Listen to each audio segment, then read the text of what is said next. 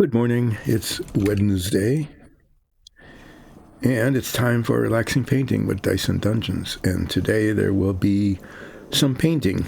I'm not sure how relaxing it's going to be. It's going to be a lot of detail stuff, like this piece here. There is the painted metal components in the bottom of the what will become a cockpit. But all of these little bits all the way around it, including some that are really hard to reach in between pieces like that. Those are supposed to be painted this kind of orangish color. Well, not orange, yellow brown. Okay. It means tiny little brushes, head magnifier, trying to get the brush in there and not get the brown paint onto the gray. And when it does get on the gray, then it means waiting for it to dry and then coming back and touching up with the gray. And then if that gets back onto the brown, then back and forth. So there'll be getting this section done will probably take up like almost all of the stream the way things go today. At the pace I barely move at, right? Just barely move, it seems. So there's that, getting this base coated. And then in a similar vein, the outside of this on both sides gets painted that same color. I'm not sure. I guess I'm going to have to almost like grip it on one of these in order to get that done. And then if this scratches the paint off a little bit, it'll be in the center of that strut. So I should be able to touch it up. And then on this, the whole outside of it, just the very edges of it, need to be painted that color. But this needs, this is that deck tan, which doesn't cover very well. So I need to put a third coat of that on before I paint the, what is it? Desert yellow. And then the cart. The cart is now painted, and the wheels need to be attached. So I might do that first today. I might attach the wheels. Why not? Be something to do. I have to admit, I am really sleepy today, even though it's 10 o'clock. Let me get the coffee. I think I woke up like 7 times last night. I complain about restless sleep, but I do want to complain about restless sleep. It was restless, and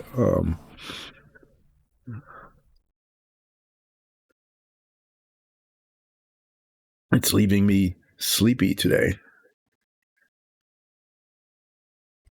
So I'm not sure how the monologue will go.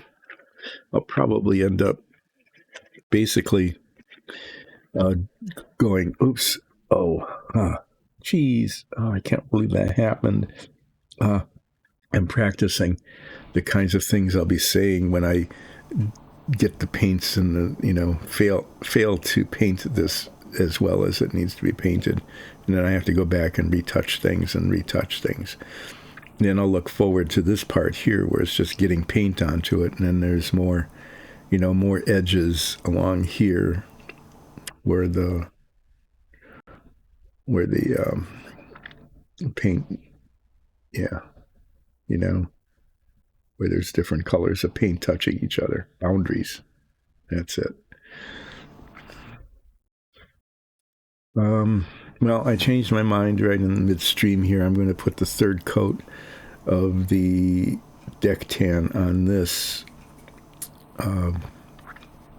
before I do anything else. That way it can dry. I take my glasses off so I can see up close. I am very nearsighted.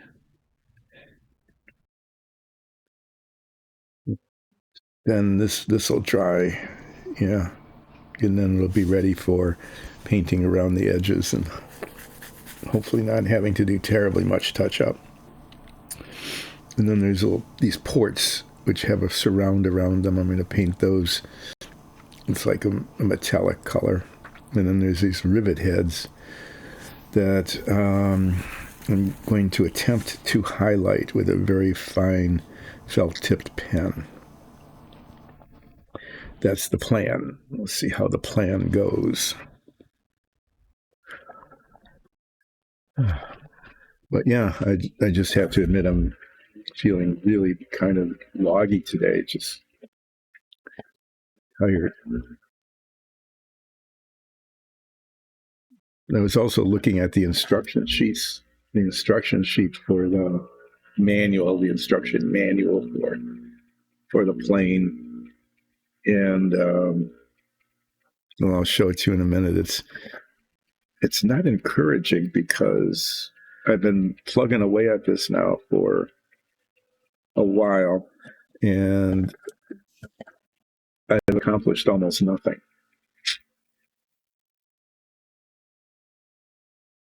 Pretty unimpressive, I must say.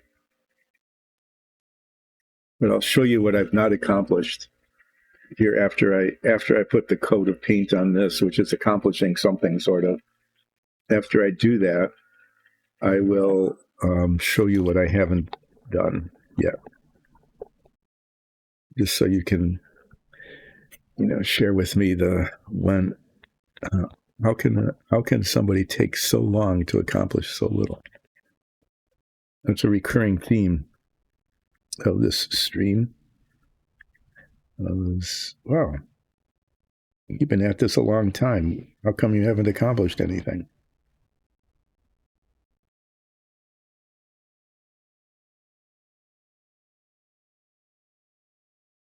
It's can't say it's the best feature of the stream, but it is an ongoing feature.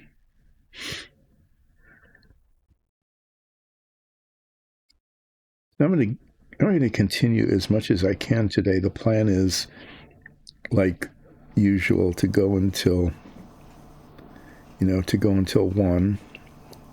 Maybe take a little bit of a break, maybe not.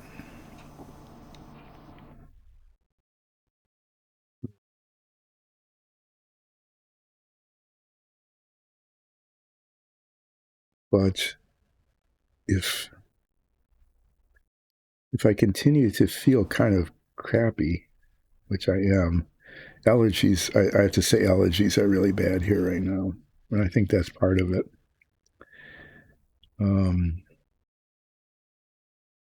Which makes it kind of hard to breathe.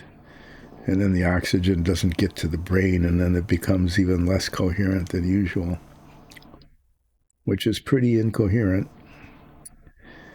Okay, I think, yeah, this is a good brush for this. It's really nice and soft and doesn't leave too many brush marks. So that should look better once it dries, better than it did with only 2 coats.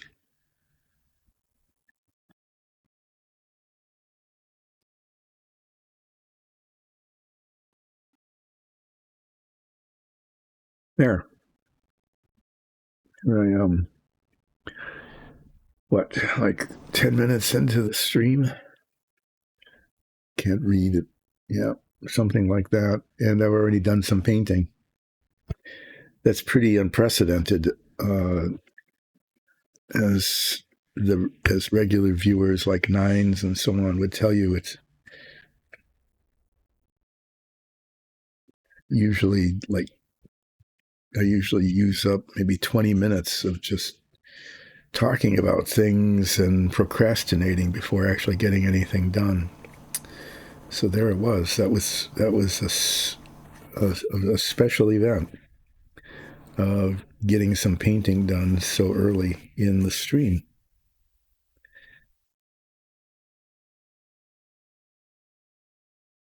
This is a good brush, but it just doesn't clean very well. Well, it's the paint, and then the paint kind of dries in the bristles. I'm using some isopropyl alcohol, which is a little bit more aggressive solvent than water.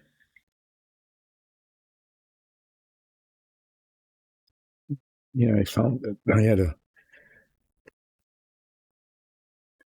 buying this stuff.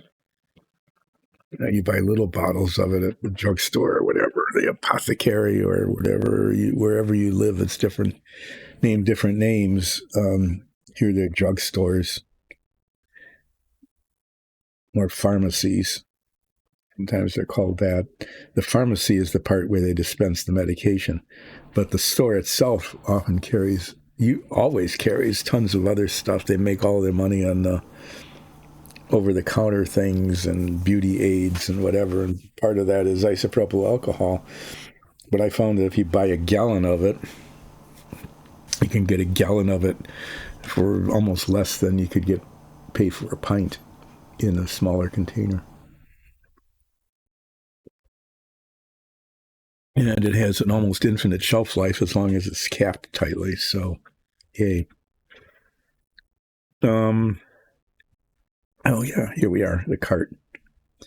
So there's the cart, and it's got these wheels that have been painted.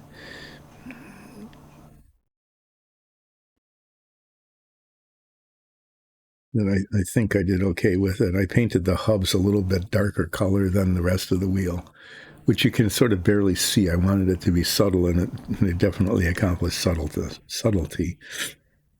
Um, these are pretty straightforward. They have little prong, there that goes into the little hole, but you can see it's not like a tight fit, right? And so the thing will wobble all over the place. So the thing here is to cement them in place and then hold them for who knows how long, months maybe. It'll feel that way, so that they're straight. If they're pushed really tight, they don't wobble too much. So there. Yeah, okay, cement. I'm going to use this. And the idea is to get a little drop of cement into the opening here so that when I push the wheel in, I don't get cement flopping around all over the place. I don't need this here at the moment. And just, there we go. Okay, here we go.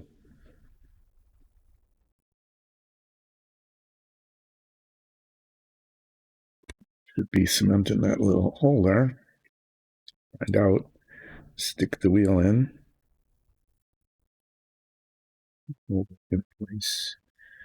So this is the hold it firmly in place for 2 minutes. So there, you get to watch me hold it firmly in place for like 2 minutes. Yeah. Probably the only thing that doesn't happen on this model is the wheels don't roll. I bet if I was a super duper master modeler, I would somehow make it. I'd attach some sort of axle system or whatever to the inside of this so that the wheels rotated. But I'm not, so they're just getting cemented on. Yeah, so when I'm done with the cart here, which will take almost 10 minutes because I have to hold each wheel in place firmly for 2 minutes to make sure that it is, well, so that it's in place for 2 minutes and stays there.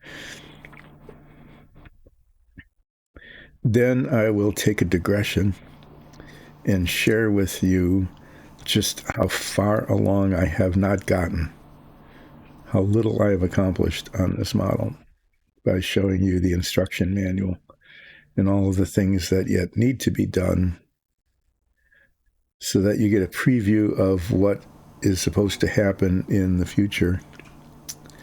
Very slowly, very slowly. It's that.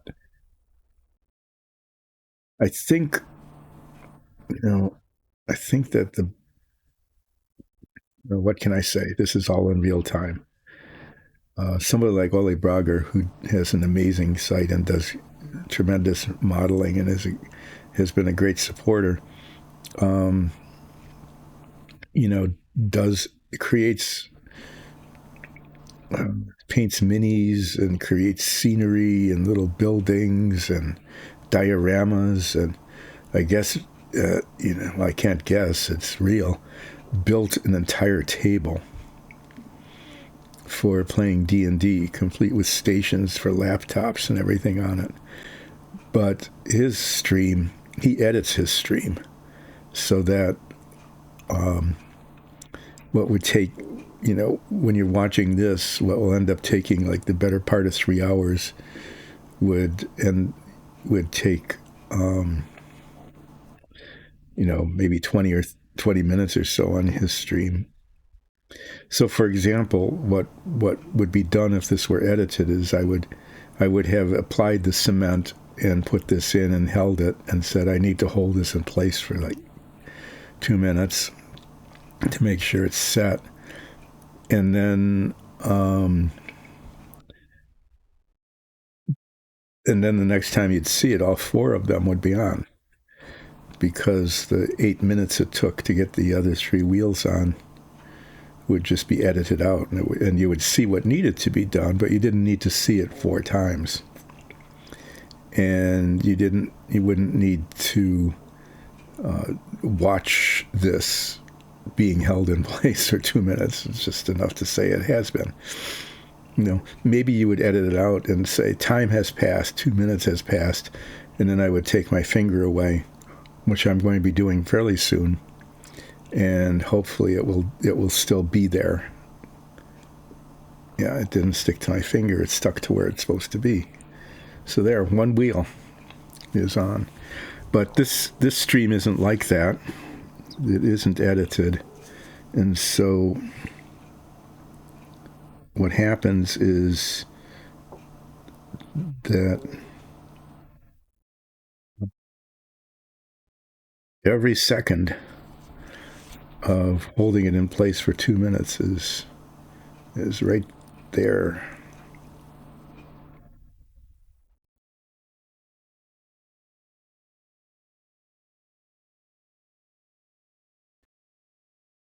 When I built models as a kid, I used tube cement.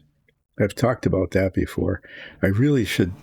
I don't. If you haven't used tube cement, it's almost tempting for me to get a tube of it and just show you the joys of spider webs of solvent. So the tube cement was jelly-like, really, really viscous, and you couldn't take the tip of the tube. The tip of the tube was a metal tube, and you punctured it with a pin, so little bits of it came out, but it had to be a fairly large hole because it was so viscous. If the hole was too small, you couldn't squeeze it out until you squeezed the tube too hard, and then you'd have a gigantic blob of sticky solvent sitting there. So you'd squeeze some out and pick it up with a pin or a toothpick and then try to apply it, but I'd end up with a glob on the end of the toothpick or the pin. It was hard to get a small enough amount. Apply sparingly, the instructions always said. But it's not only that. When I picked it up with the pin or the toothpick, it didn't just neatly pick up a little blob because it wasn't liquid. It was jelly-like. And so there would be this web, it was like a spider web silk, this long, thin thread that pulled away with it and had to pull off.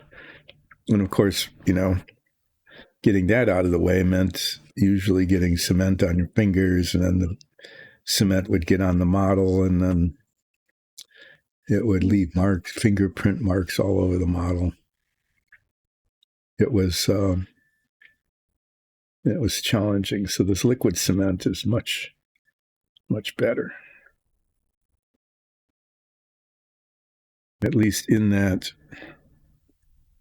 the applicator tip is for someone who's skilled. I'm being barely adequately skilled here. It's pretty precise. There's also a liquid cement, and I have some of that comes with a brush, and that's a pretty useful thing. Why is this not going? Why? Come on. There.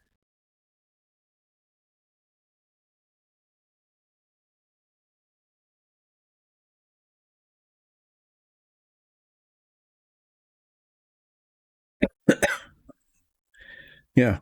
What the tube cement was just really, really a challenge.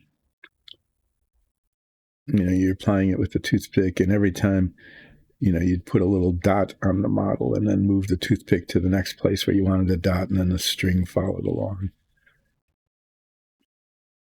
There were times when it really looked like a spider web. There were just so many strings all over the place. Yeah. Needed to be cleaned up. It still has its places, though. I mean, there are some advantages to having something that's viscous like that, but I find it really hard to work with, so I'm using the liquid now.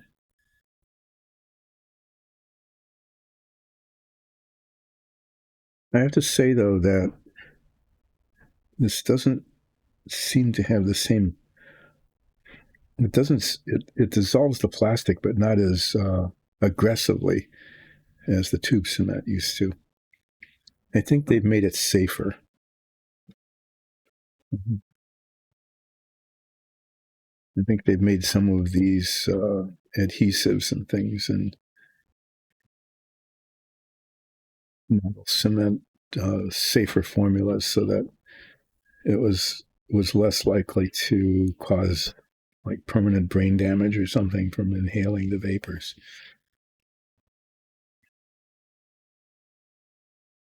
And that's good.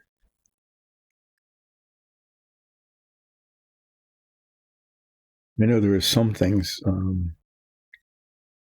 Oh yeah, Flowquill paints.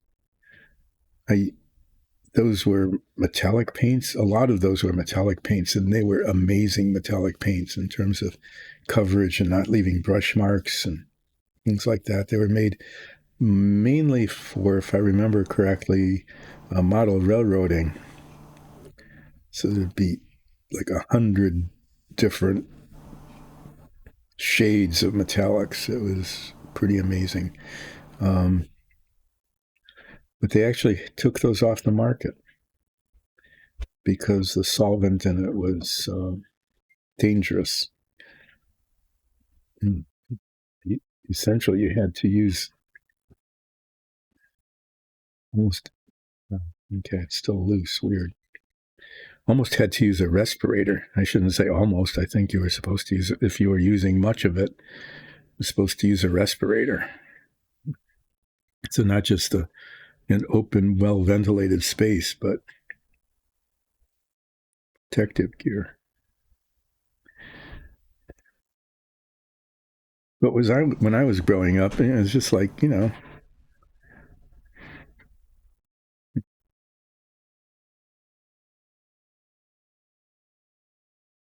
used to inhale this stuff for recreationally. I guess I'll have to say. Oh yeah, that was a thing. Glue sniffers.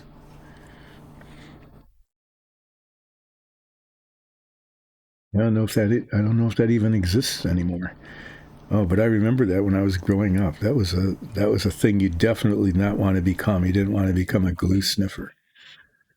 How did that work? I think you got model cement, like a tube of it, and emptied half of a tube into a bag, and just kept inhaling it until you passed out. That didn't sound like fun. Um,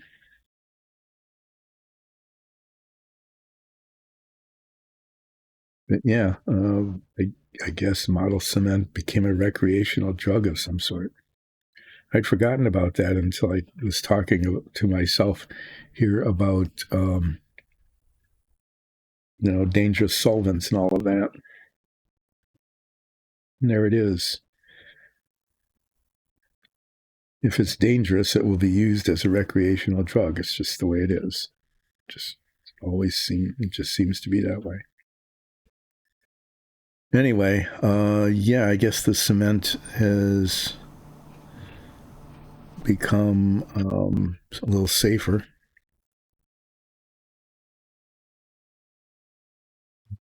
Sometimes just doesn't hold as well. Like I said, it doesn't dissolve the plastic as aggressively.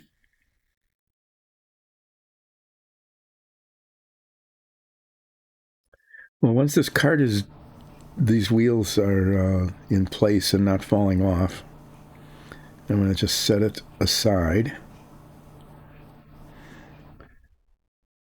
And then I'll begin working on painting the the part there with the gray bits.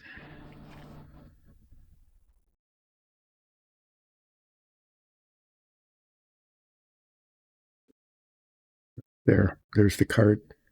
The wheels seem to be pretty straight. I'm going to get a little piece of paper towel. Just otherwise it's up against right. This is a day I can't even tear paper towel there, and I tore a piece I can't use. Just is it going to be like that today? Is this going to be a day like that? Here, I'm putting it up in the box there. That's my box of parts. These are bits of radiators. These go right up here. They get cemented into those slots there.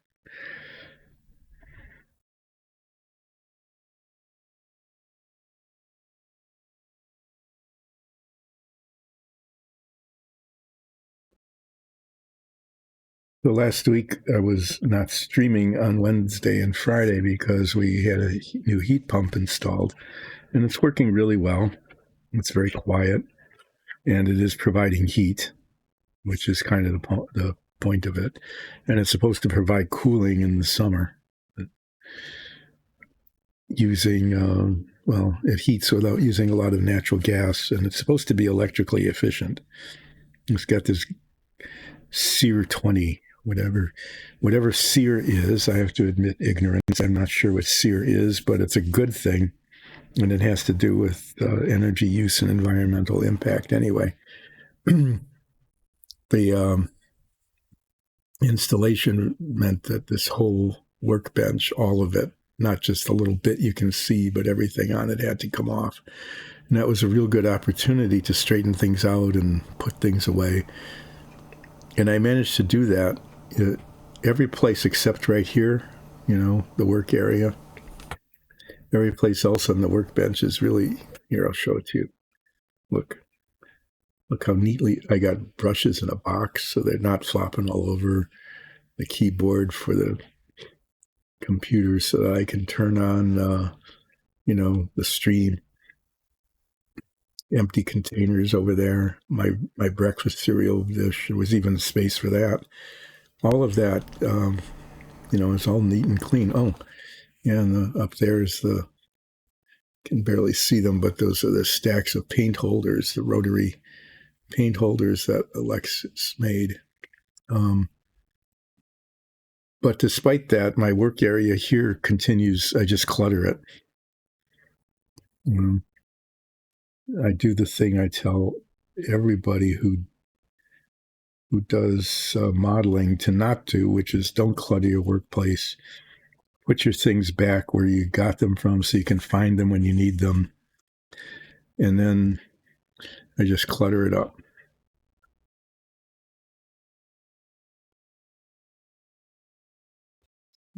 Anyway, there's the cart. I got it upside down until the wheels are firmly, later. Tomorrow, Friday, I'll turn it over. Okay, so here is the instruction manual. Actually, before that, there's it's all in Japanese. I should probably get some sort of translate thing.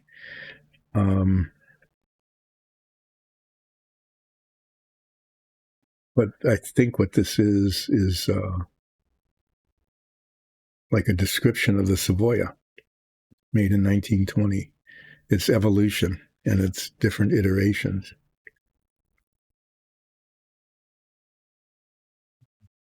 1920, this is 1929. So I think there's kind of a cool story here. Even it talks about the engine that's in it. So I might try to get it translated. I'm not sure. And it keeps saying, I think the drawing is 1/100th scale because the model is 148.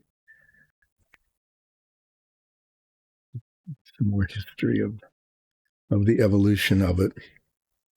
And it comes with this handy description of all the parts. And then there's the construction of it. So I am here in step one. Since I started on this, what I have managed to do is I've glued these halves together to make these. And that took an amazingly long amount of time. Just cleaning up mold seams, mold marks, flashing places where it's attached to the sprue, and then cementing them together, letting it set, and then sanding down the seams so that the seams don't show, where the two halves come together. And then finally painting them and washing them so that, all of that ended up just with these two little bits. And these are the other three pieces. This one here. And then the two bulkheads, in the front and there, and then it shows where they actually attach. And then back here, where all these gray spots are, okay, those are anchor points for the controls. These are teensy little bitty bits, itty bitty little bitty bits of plastic that will also have mold marks and sprues that need to be removed. And they're painted three different colors usually. Like the base is painted gray, just like the thing to which it attaches. And then there's a chrome shaft with a black handle. 68, I'm guessing, is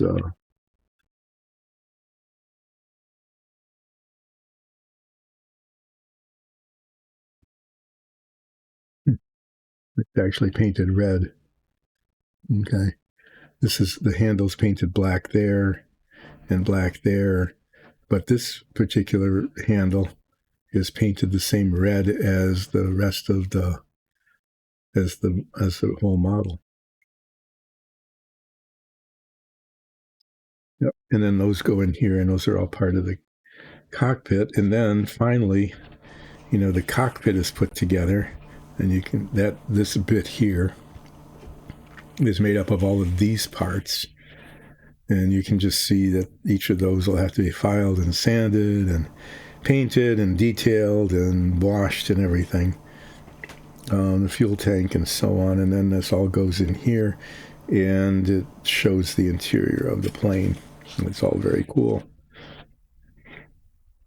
But I'm only like partway through number one, and then all of this has to come together, and then the engine.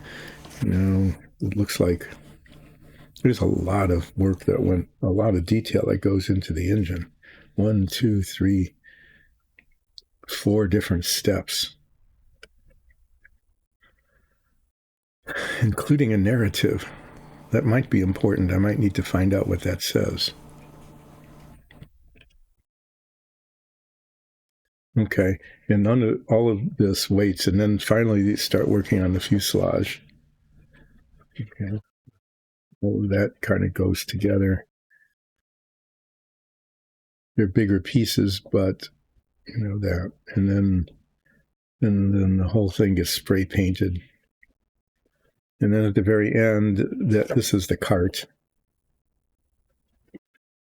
This section number 13 is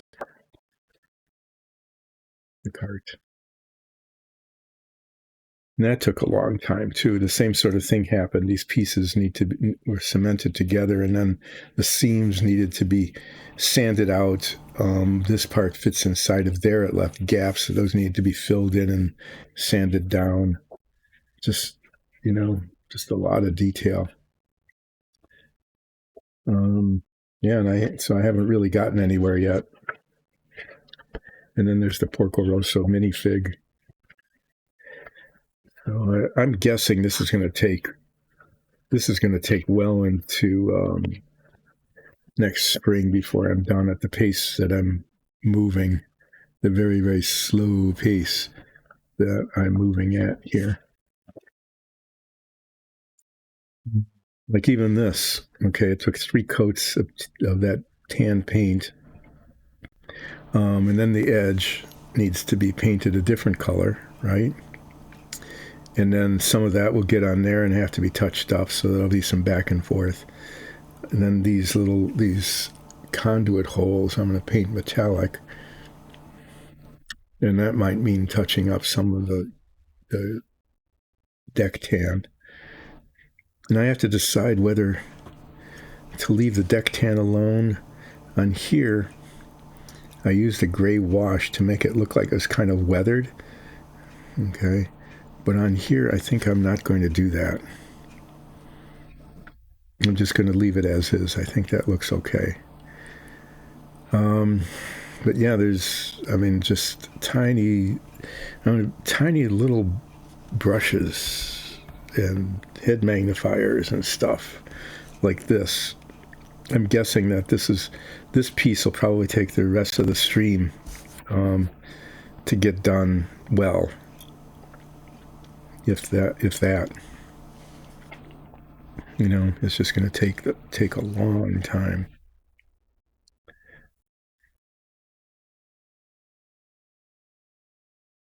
Parts fit together nicely, though. I think this model is pretty well designed.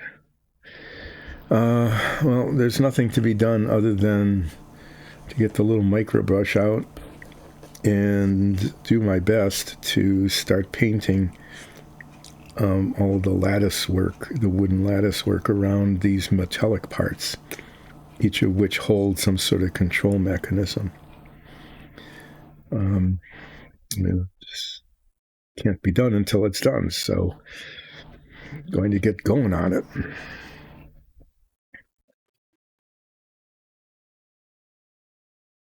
Sometimes the wavy part here, you can't hear it. I've got this. Basically, it's a vortex spinner kind of thing that shakes the paint to stir it, which does a better job than just shaking it. Although I shake them anyway because just to do it.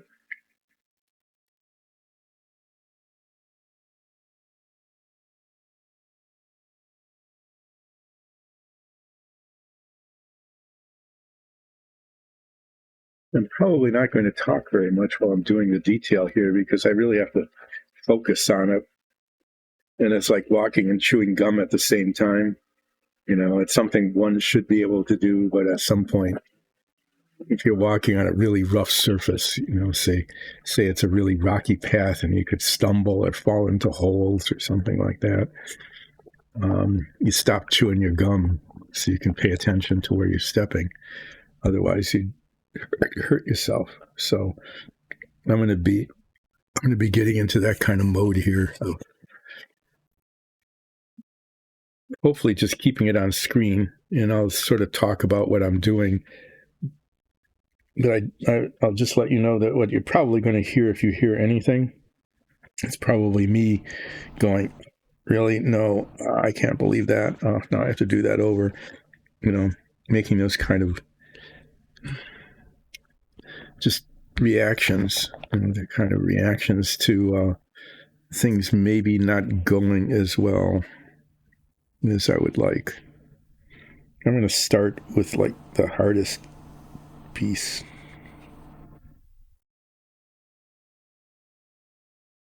It's the spot in between here.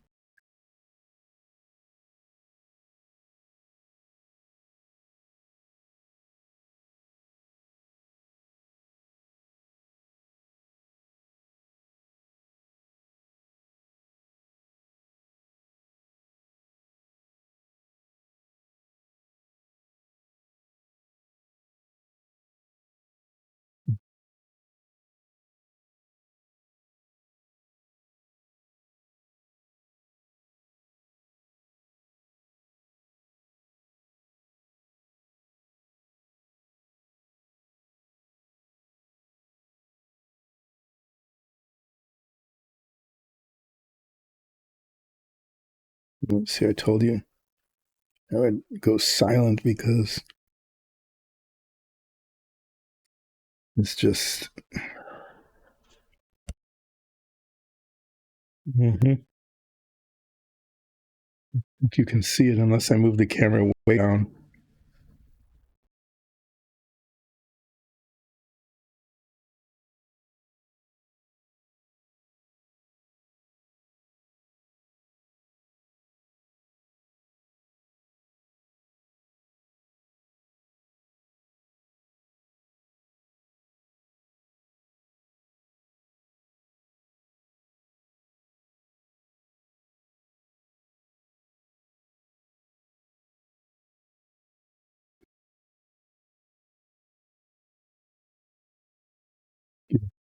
Be steady.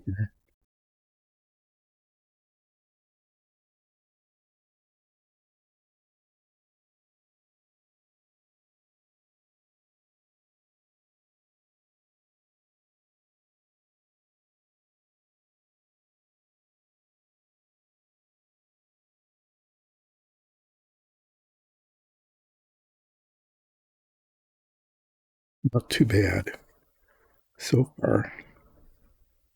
It's not.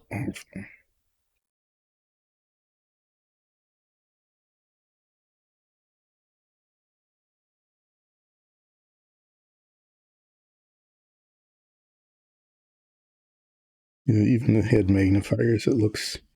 I got it a little too far here. A little too far onto the gray there. So I'll have to get. I knew that would happen multiple times.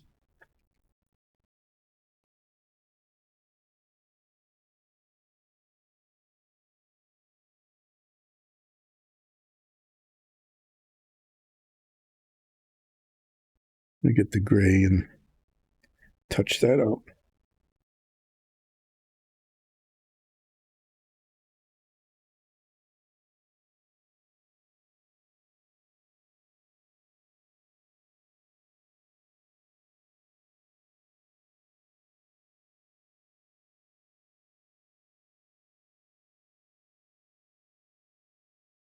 Thing about getting, this is supposed to be a metal piece attached to a wooden piece, right? And so it's just getting it.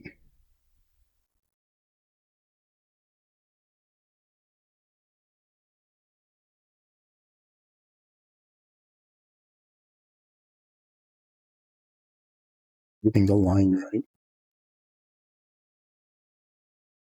I'm using such tiny little bits of paint that it dries on the brush.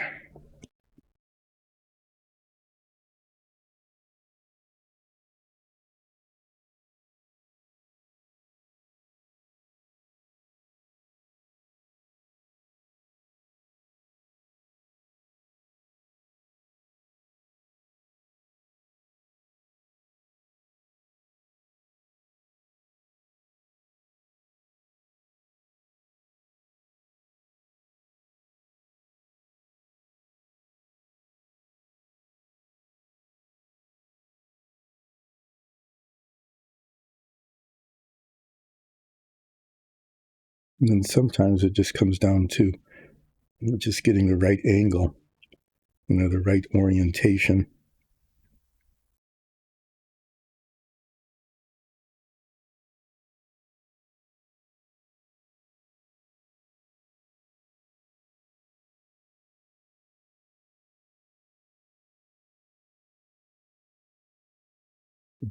Seen that before. It's one of those stupid little circles. Hopefully it disappears there.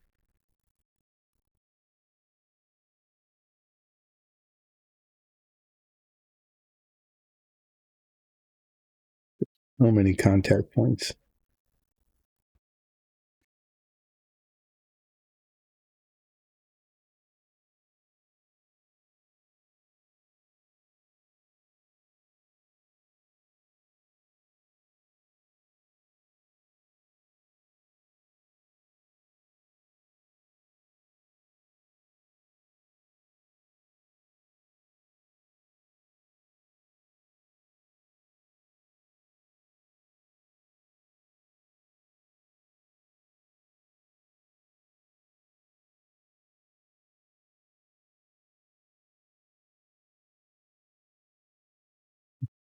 It looked really good from one angle, but now from this side, it looks like I need to put a little more gray on it.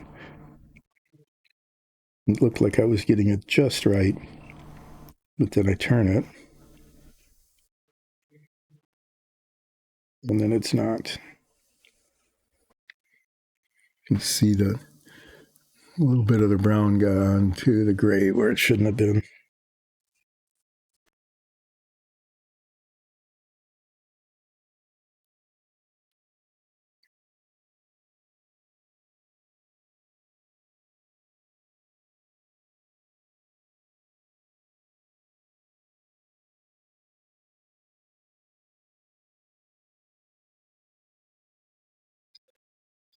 Be, you know, as I anticipated, and it is going to be the case that I'm going to be a fair amount of touching up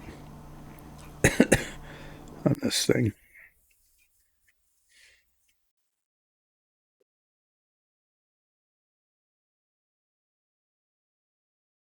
Mainly as a result of, well, that line looked just fine until I rotated it 90 degrees.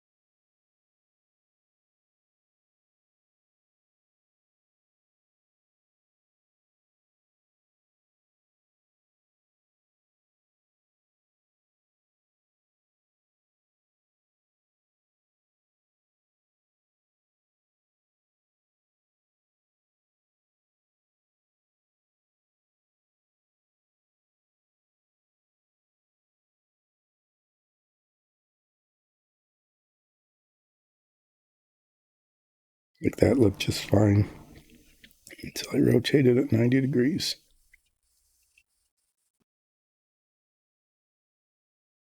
Oh, hand cramp. Didn't need that.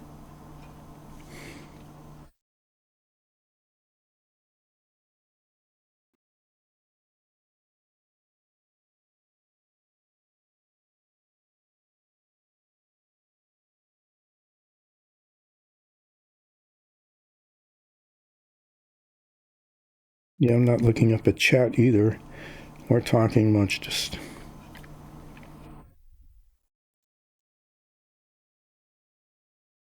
guess, yeah, I guess that's okay. It's like a billionth of a millimeter there that it just, I'm not going to be able to do any better than that.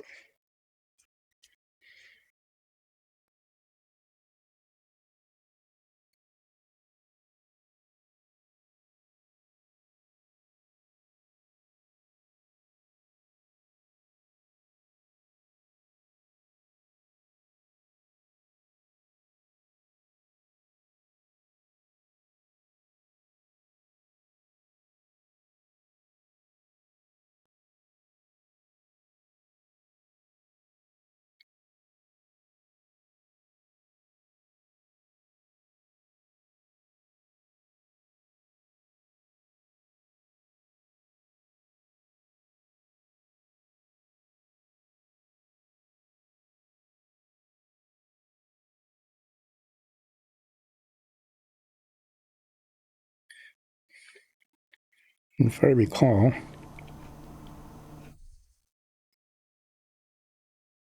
on Monday I started reminiscing once again, because I'd done this once before, about cars and what cars were like in the, as I remember, mainly the 60s. As I got in elementary school,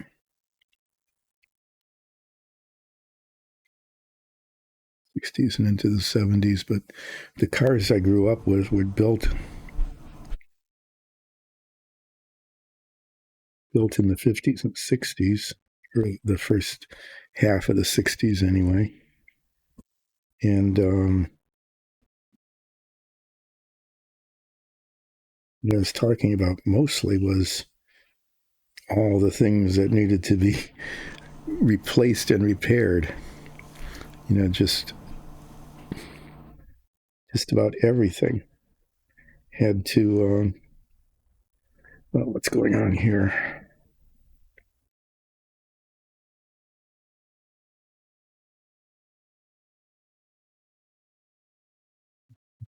Sure, what was showing there and why. I'm going to paint a little bit over to the bottom on the underside. Not a lot, but some, because even though it's going to be cemented in and this is the bottom, and it really probably shouldn't show, you can never really be sure how much of the edge is going to be seen.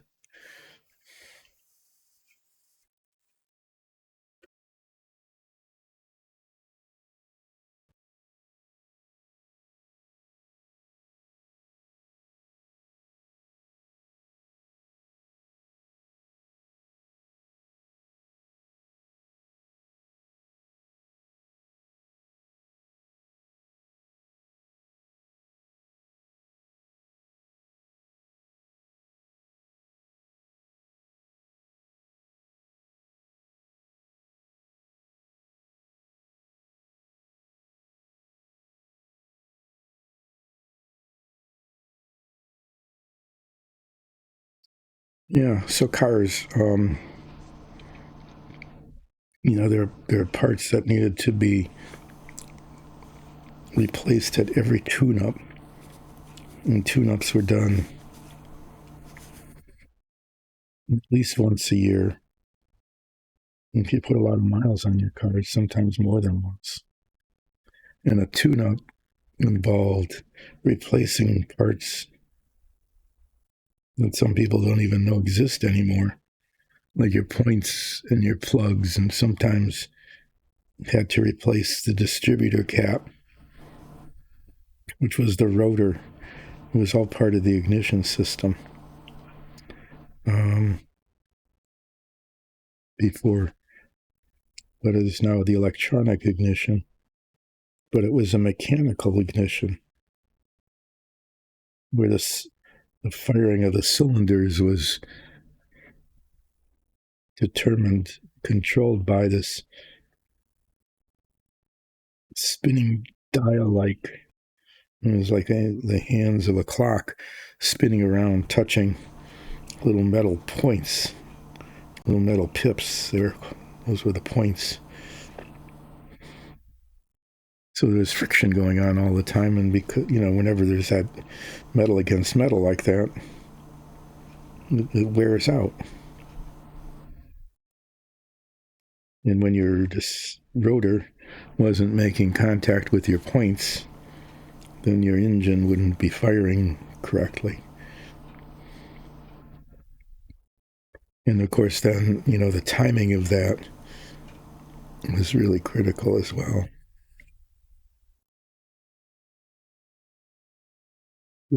Part of the tuning up process.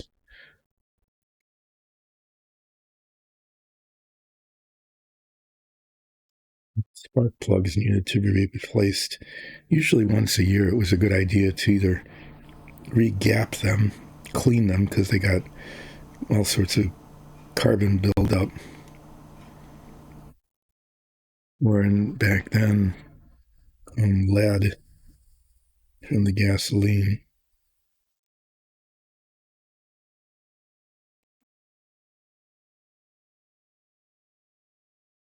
How long have I been going? Let's see how much I got painted. Tiny little bits. Yep, this is creeping along. At some point, I'm going to have to close up the paint and reshake it, restir it. It's going to start to, at least on the top, going to start to evaporate and get gummy.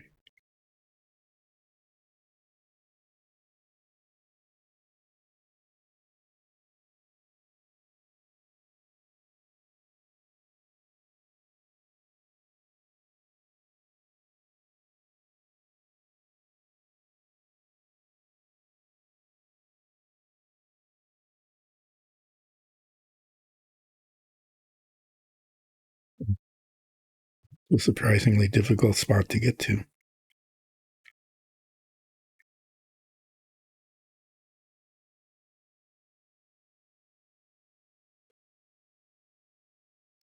But back in the day, when these kinds of things needed to be done routinely, for the most part, and not always, there were some pretty pretty spectacular exceptions. Because you needed to check your oil and add oil. You needed to check your coolant and add coolant, and not just windshield washer fluid, but the stuff that runs through your radiator, points and plugs. Okay, because the manufacturers,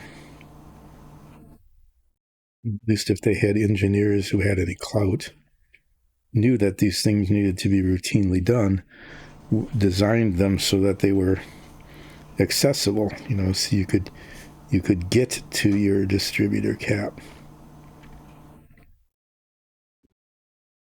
fairly easily by opening, by like opening the hood and reaching in.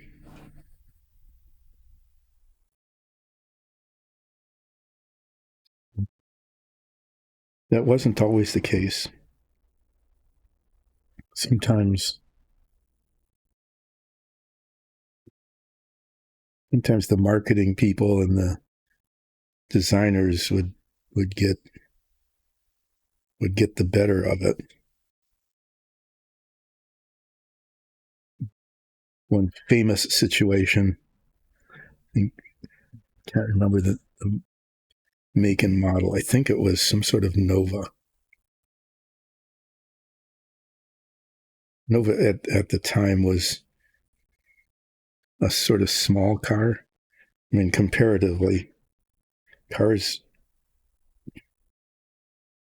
just like now, there's kind of episode of gigantism. So the cars tended to be kind of bigger than they needed to be. This was a relatively small car, and somebody thought, well,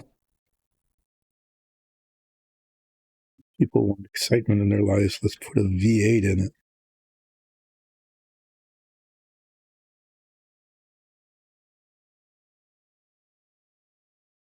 But putting the V8 in it not only made it very front heavy, because it was a much bigger engine than the car was originally designed for. So it was a much heavier engine. So it was pretty front heavy, which made steering and braking kind of exciting.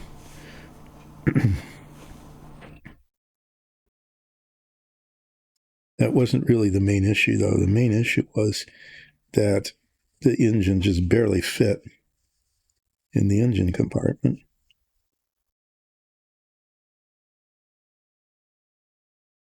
And so when you went to replace your spark plugs, because back then we needed to replace our spark plugs pretty regularly. Okay, I'm going to re-stir this, clean the brush. So it not only made steering and braking, because it was very front heavy, it had horrible understeer. The front end just didn't want to turn.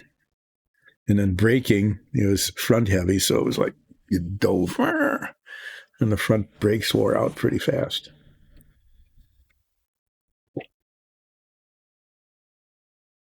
The fun issue, the real fun thing about it was that because this engine just barely fit in the engine compartment, the spark plugs in the back toward the firewall, toward the passenger compartment, uh, couldn't get to them. And the only way to get to them was, believe it or not, you had to lift the engine up. You had to disconnect the engine from the engine mounts and lift the engine up in order to reach back and take out the spark plugs. Yeah, that was pretty cool. There was sometimes that, he didn't do that all the time. It was an expensive, time-consuming process, and so this car sometimes just did not have its spark plugs changed, and that kind of affected its performance.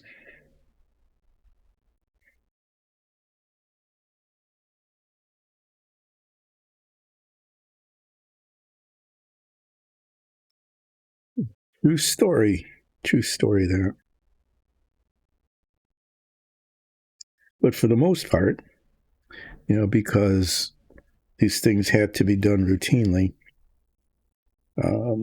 they were usually pretty accessible.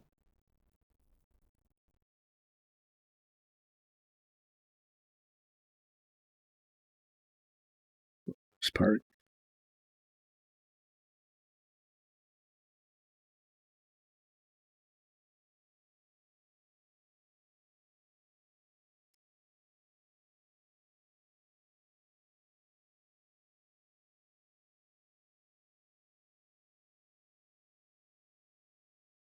Managed to always do that. Right there was a spot of brown paint, and that's because as I was moving my brush toward the paint surface to be painted, it bumped into it. So there's another spot that needs to be touched up.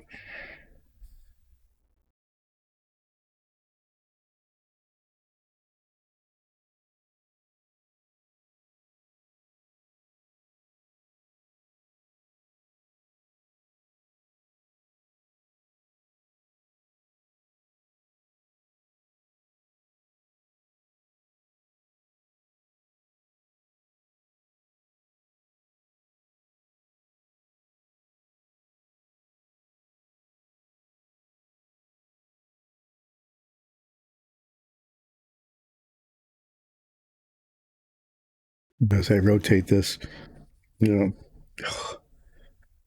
on it wasn't really good. I put the brush way down deep into the paint, and now I've got a big blob on it.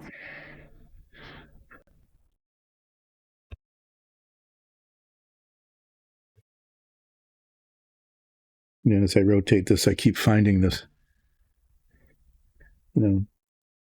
spots that should be painted but haven't been.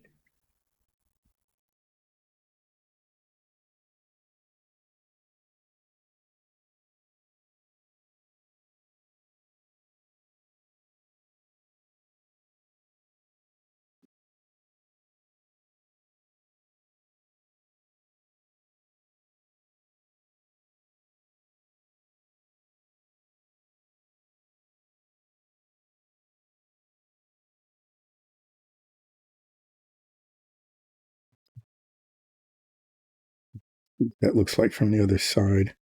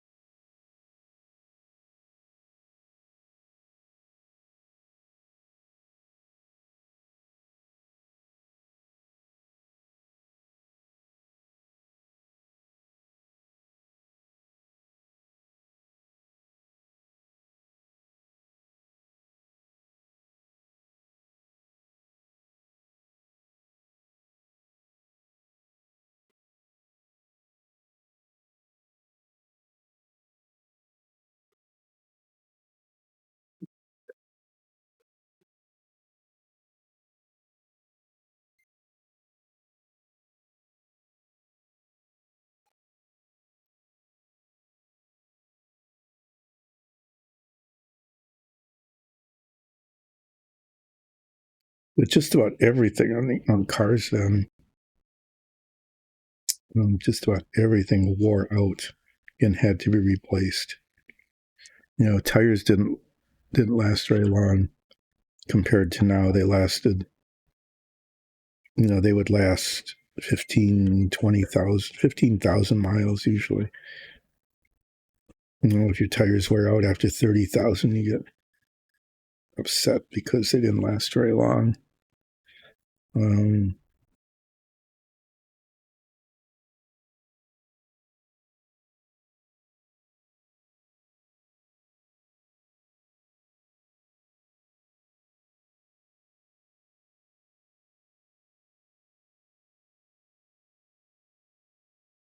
Yeah. Well, anyway, sorry. I'm starting to talk and I'm stopping because of the painting here.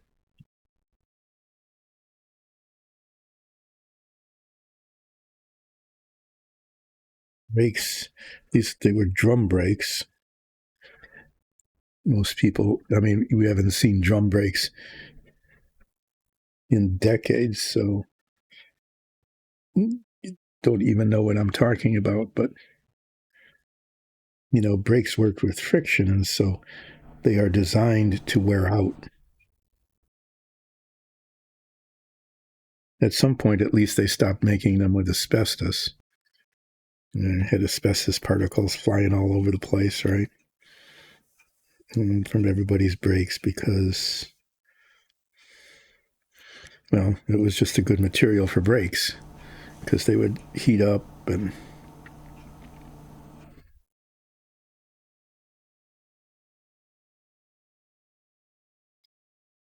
kind of thing. Anyway, yeah, they stopped making them with asbestos, and but the shoes. Okay, so the drum brakes really were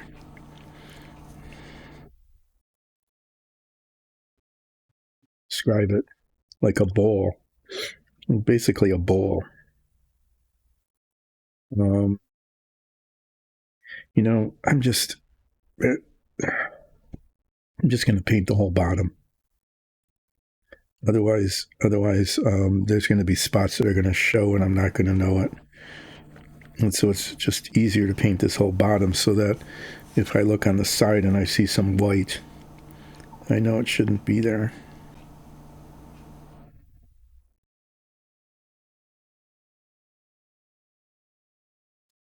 This way. Oh, well, yeah. Oh, no, okay. I was looking at it wrong and just about screwed the whole thing up.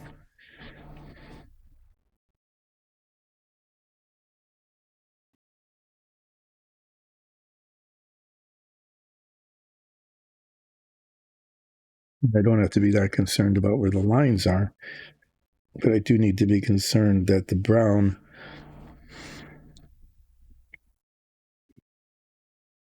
that white doesn't show when this is installed.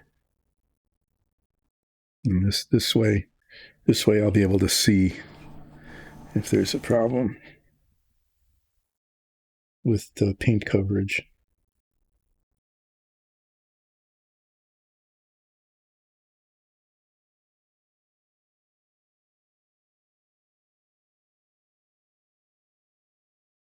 So the drum of the brake was like a bowl, and inside of this bowl what were called shoes, and they weren't shoes. They were just sort of these semicircular brown round things, that they fit inside the bowl and pushed up against the inside of it. Okay. And by pushing up against the inside of the bowl, that created the friction that slowed the car down and hopefully stopped it.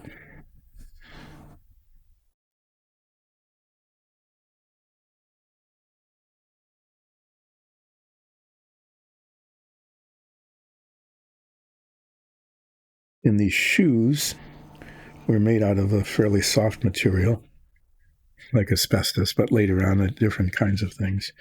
And they wore out actually pretty quickly. And so it was a frequent thing, depending on how many miles, what kind of driving you did, how much you used your brakes, pretty much. It was a very routine thing to have to replace the shoes on your brakes. That was just the part that wore out. And sometimes, you even needed to replace the drums. Usually, though, the drums were a thicker material, and they'd get scratch marks and stuff on them from the constant rubbing against the shoes. And so you would take those off and put them on a lathe. Mechanic do that. Put them on a lathe and smooth them out. That way you wouldn't have to replace the drums. But at some point, even those had to be replaced because they just wore out.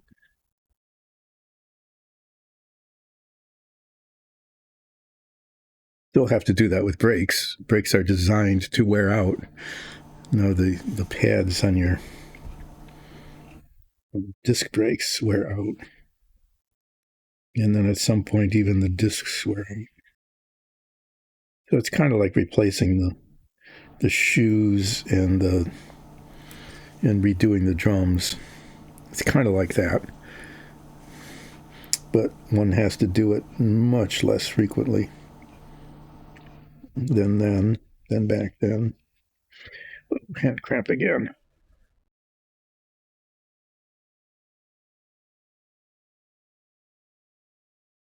And paint it up to this point.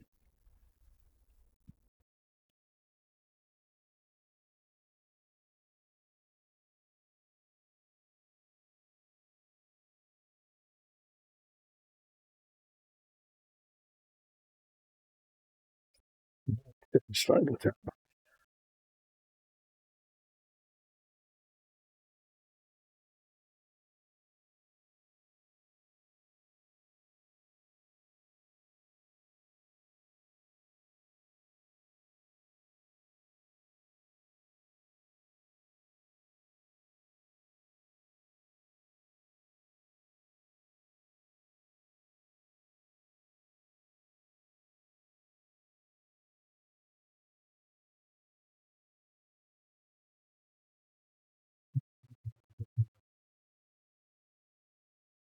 To review everything here, not just at the boundary lines, but also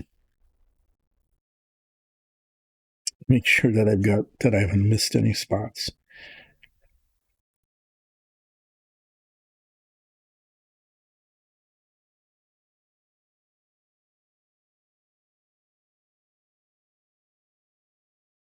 Yeah, so brake jobs. We've talked about this before. Everything was a job. Get a brake job, get a lube job.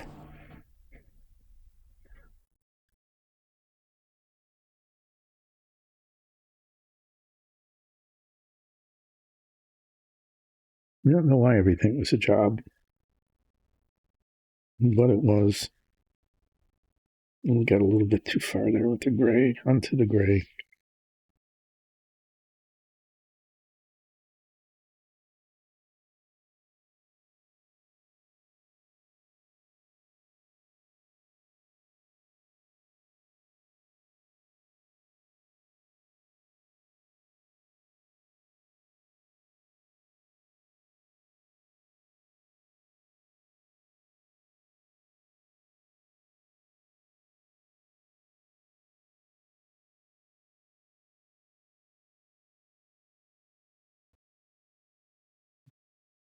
Nobody in chat today. Wednesday must be a no chat day.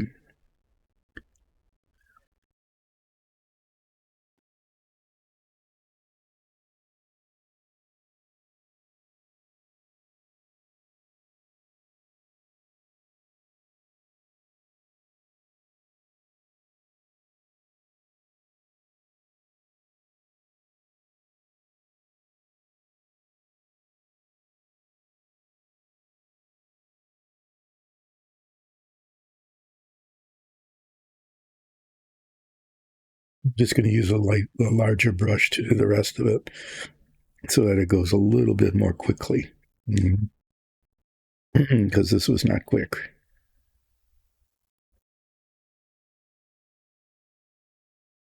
It's not too bad. I see some places it's like gray didn't even get on there. Kind of weird. It's like an overhang. There aren't too many boundary lines. There's a couple over there.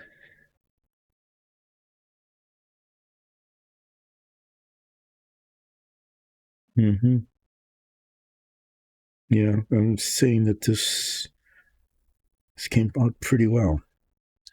Now I got it back here too. There's this, you know, provides the same opportunities for doing oopses with the boundaries.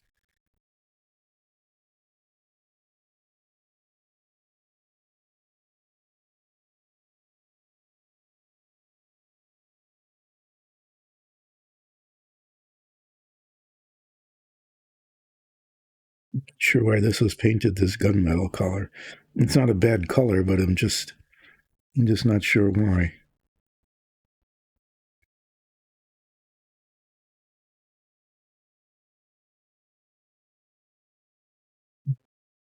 Yep, too much there.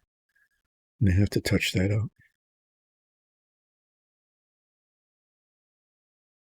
I had it. I just was holding it at a bad angle.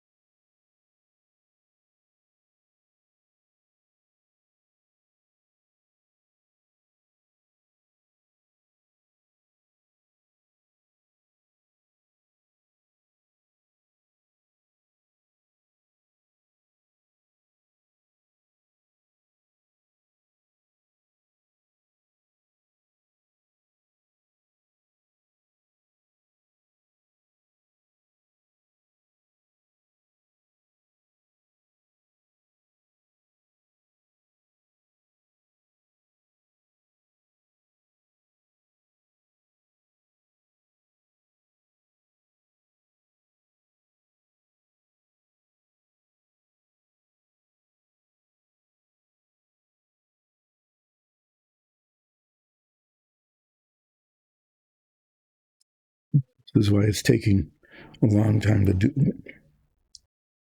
That's just not right. Um, Looks like I missed something. The end of that needs to be filed down. Um,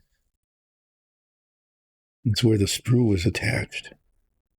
And when I was cleaning it up, I somehow missed it. But it's pretty obvious now. And it doesn't look good.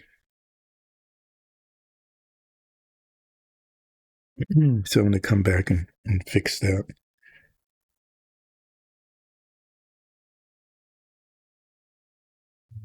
You can see what I'm talking about. Is this the center one? Get it on camera. Yeah, there's this little blubble there, like a blob at the end. That's not. It's just not even because it was attached to the sprue. It was doing the sanding and filing. I managed to not sand and file that.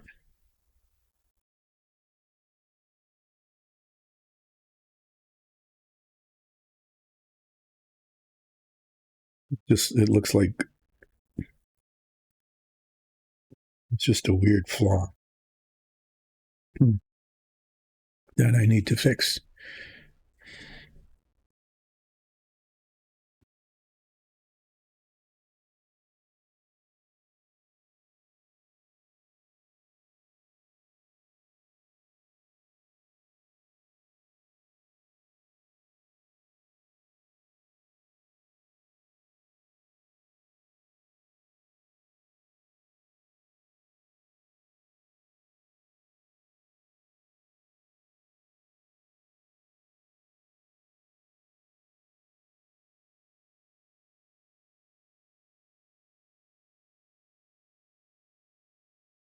I go a little too far on that.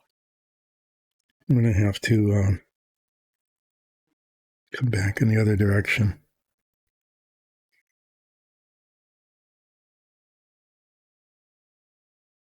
It was one of those where it looked really fine from one side and then not so much from the other. And that, like along here, it looks like a nice line. But then I look here on the side of it and it went up a little too far onto the metal.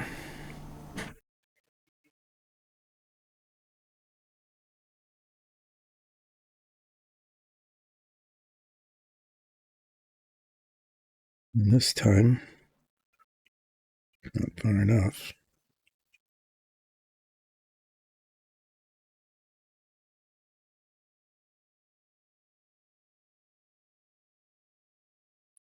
This is going okay.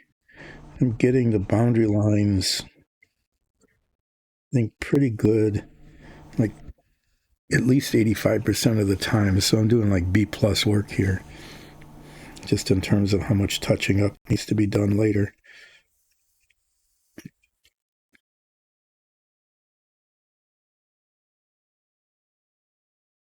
But as you can tell, for me at least, it's very slow. Now I'm not just going zip. Oh, I got that perfect. Nope.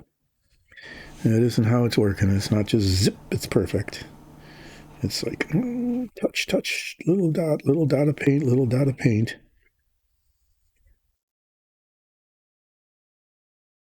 More dot. Oh, one dot too many.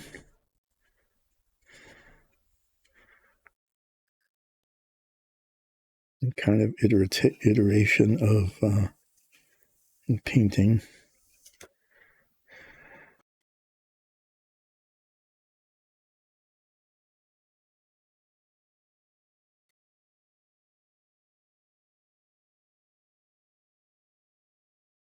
Just a whole lot of, up to but not over kinds of things.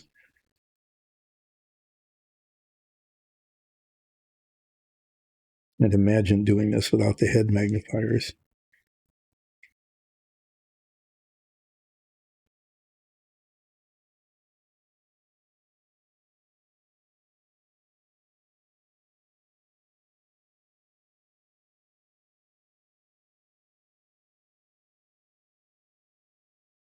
Yeah, so cars. So I've talked about, the all the things that needed to be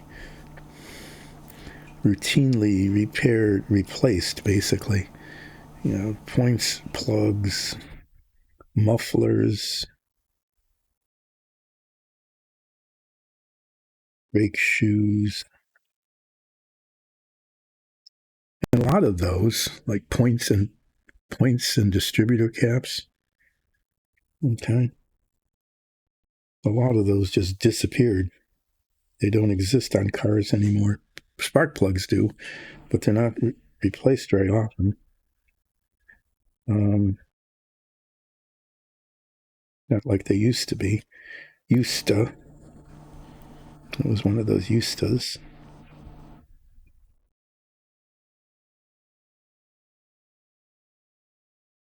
Mm. Okay. Got got some brown paint where I didn't need to over there too.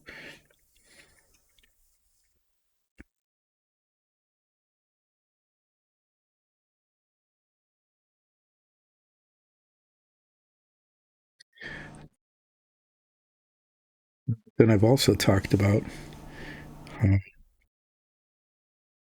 the Usta, which means that all the people involved in the Ustaing aren't doing their stuff anymore. And that, considerable employment involved in the Ustaing.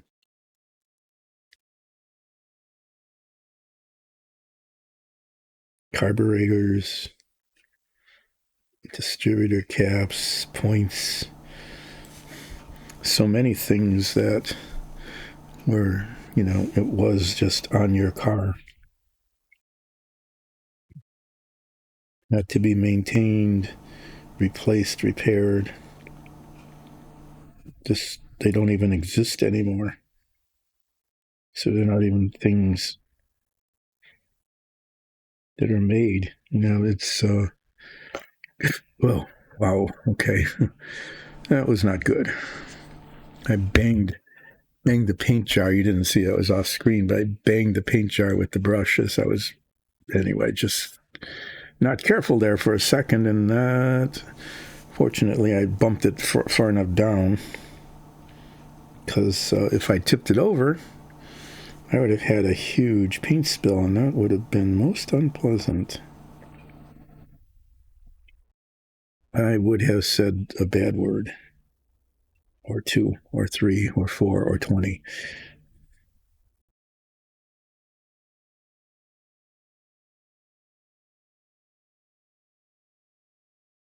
So we look at it now and we say, well, cars are way more expensive than they used to be, which in some ways is true.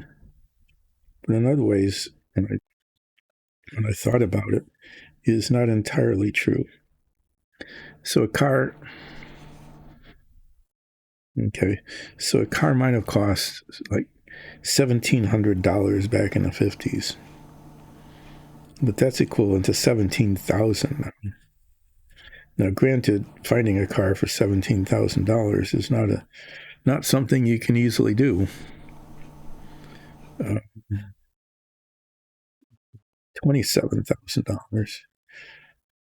Okay, so the price has gone up, but when you think about all the things that used to be on the car that needed to be routinely replaced or repaired, I mean, you're not replacing, you're not putting new spark plugs in. We're not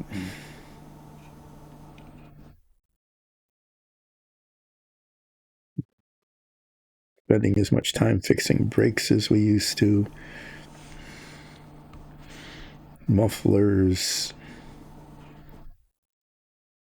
distributor caps. I mean, none of those things even exist anymore, much less having to be repaired and replaced routinely. And so, in a lot of ways, in many ways, the cars now, because of the significantly reduced maintenance costs, I mean, huge reduction in maintenance costs, are relatively good value. Whoa, okay. It makes a difference rotating things. And get to see things like, oh, I didn't paint this part at all.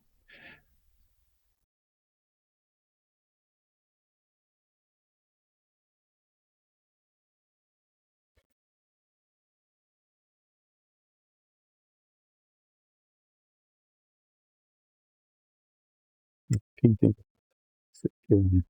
just to make sure that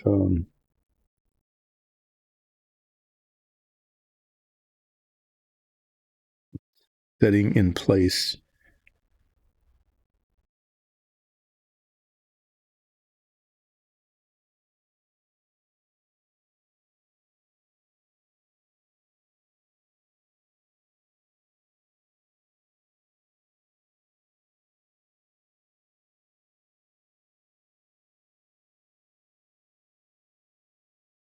I need to actually, I need to take a little bit of a stretchy break here. I'm going to put this paint away for a moment. Well, no, be missing spots. I'm going to give it an inspection first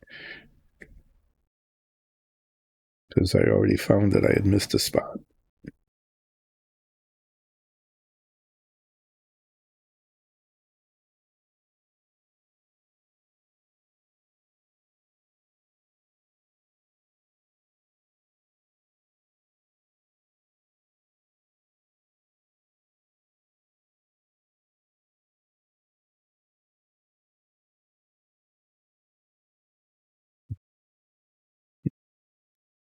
These are just not.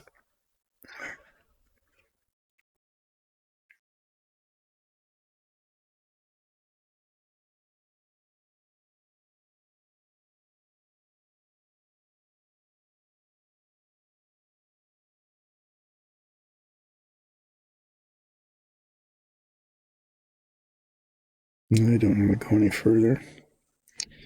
Okay, it looks like I'm not missing anything.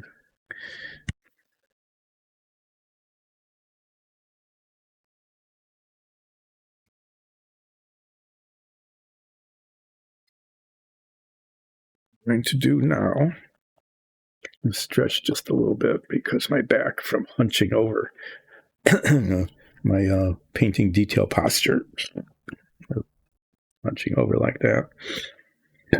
But I'm also going to take out a piece of sandpaper, this spot here that I saw that was not.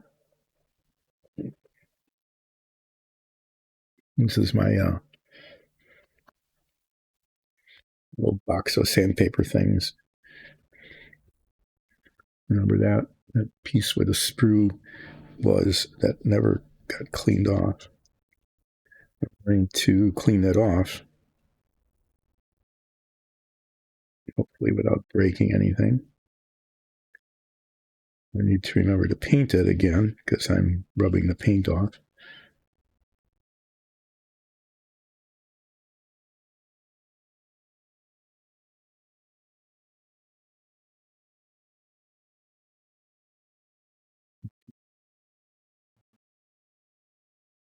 Yeah, so what did that take?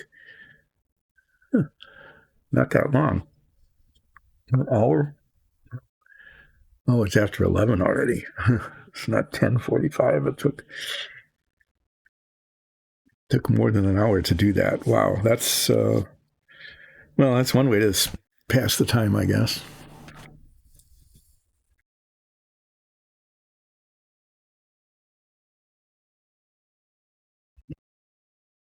Time went quickly, putting tiny little dots of paint on things. Yeah, it did. Okay, I need to do some touching up with the gray and some touching up with the metallic I used on there, which I think was duraluminum.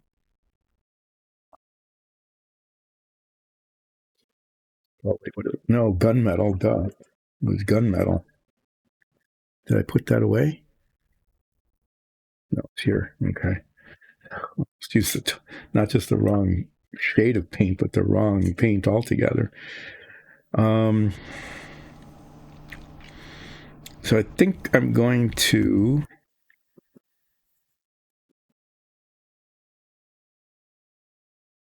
do the touch up before painting the rest of this.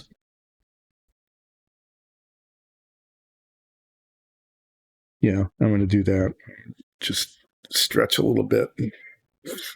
Take a tiny little bit of a breather here. And then I finish painting this. What I'm not sure about, the color is okay. What I'm not really sure about is whether I want to wash it or not, any of the edges. And this part is the one I'm going to practice on. Okay, this is going to get painted this same color. Is what I'm thinking is that because that desert yellow is kind of a bland color, it's this, that a little bit of wash around the edges with some brown would make it look more wood-like. I think that looks actually pretty good. But washing this, I don't know, it might be I don't know how it would end up looking. Especially when I do this whole hull. I'm not painting this right away because I need to get I need to get a nice. I need to make sure it's nice and evenly covered. Oh, and top and bottom. Airbrushing would be the good thing to do there, but I keep repeating over and over and over again because it's true. I can't use an airbrush. I'm just not good at it.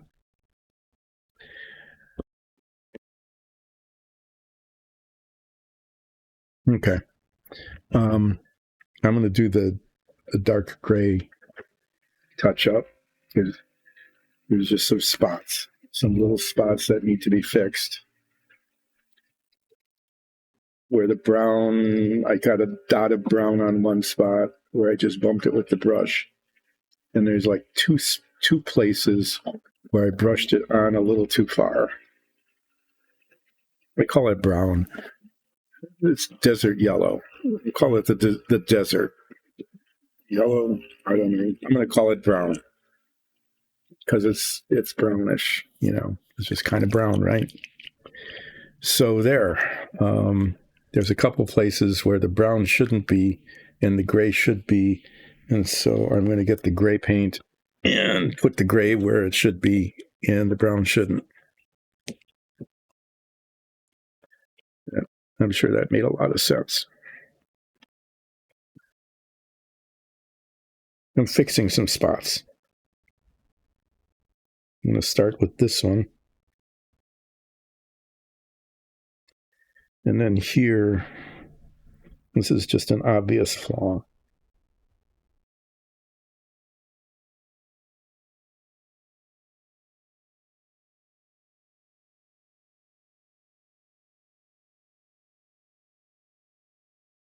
But you get to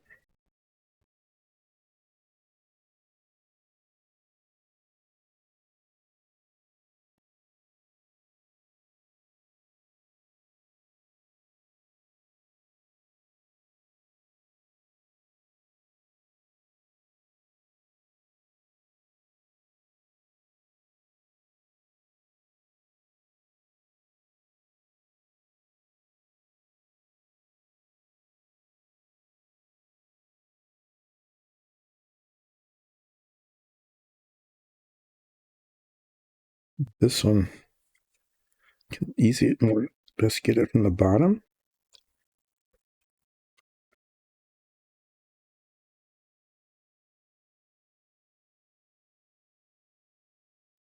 Still not quite right there.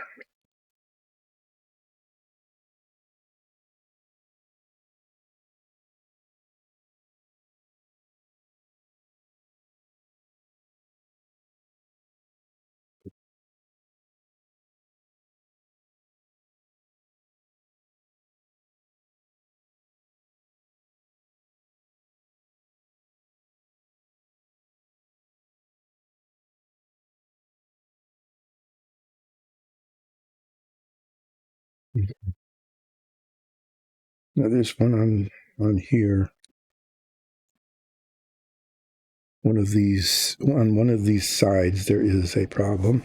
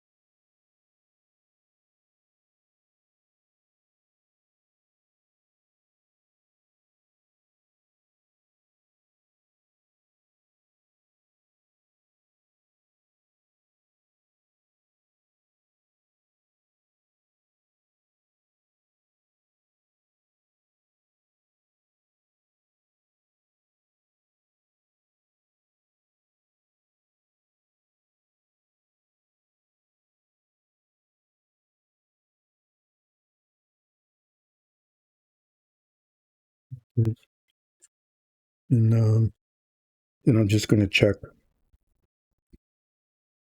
Ray in general. Sometimes there's little spots that didn't get quite painted, like there.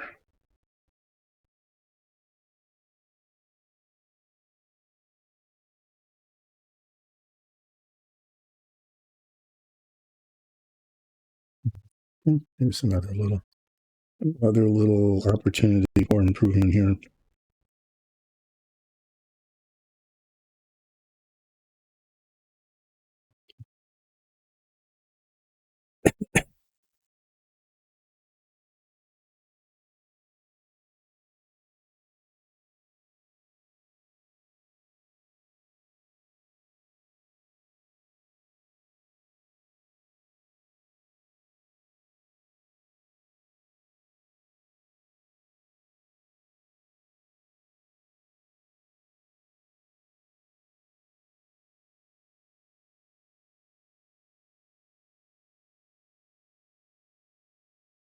Sorry for going silent. There is a dot.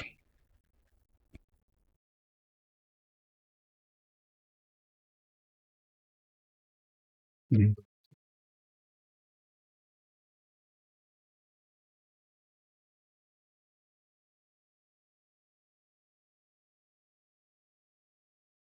Yeah, right up here. For some reason,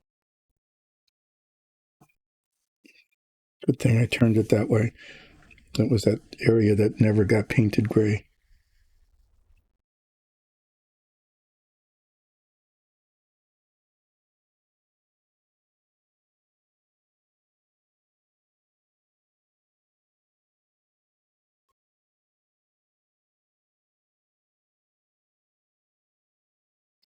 Right. I think that's good. I'm going to clean the brush here, and then I'm going to show it to you because you probably can't see, at the distance there.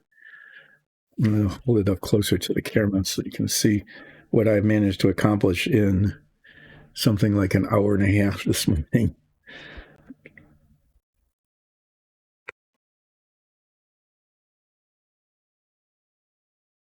Managed to accomplish was the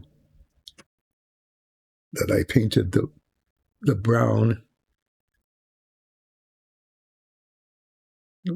which is the wooden support structure, all around the gray parts, which are metallic parts that hold different components of the flight control system. And I managed to, I think I got the edges. I think I nailed them pretty well. That's at least A minus work, if not a solid A. As I'm looking at it and the paint is drying, I see that there are some spots that are not even.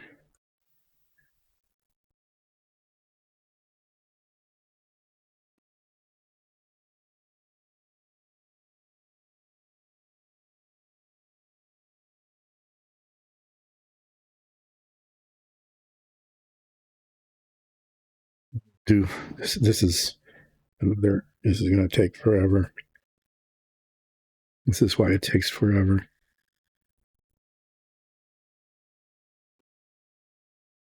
It's going around it and looking at spots. There's a spot that doesn't have paint on it, and it doesn't. Well, maybe it does. It's just the gloss.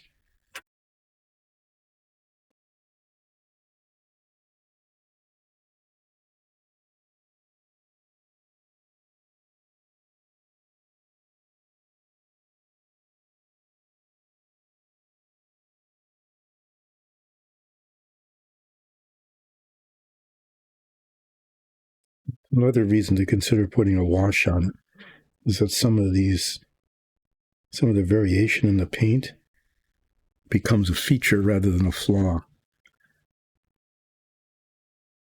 And seriously, because this is supposed to be wood,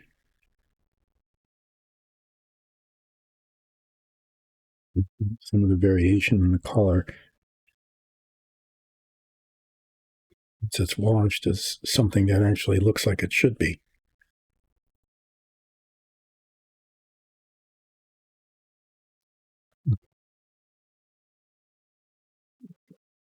These tiny little spots of this gunmetal that need just on the back there. There's a couple of spots that need to be redone. Oh, and then I need to paint the rest of it, don't I? I should probably do that. before I start painting the detail on the other pieces.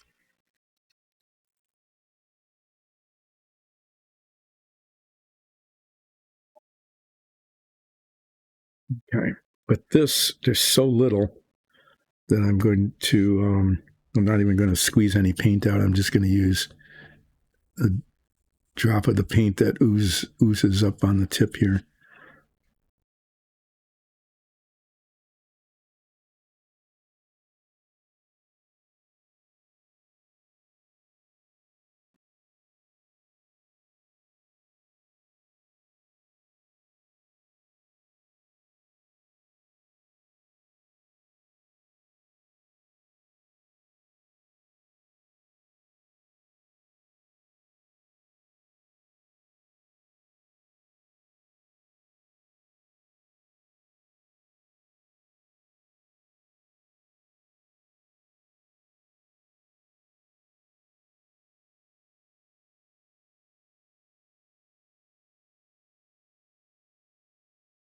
It's really shiny.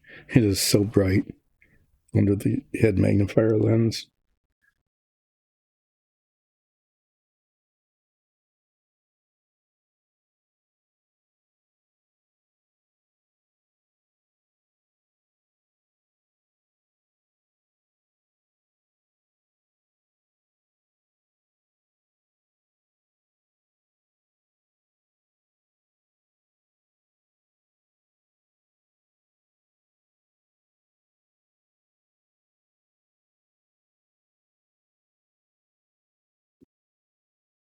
I'm not sure quite what's going on here.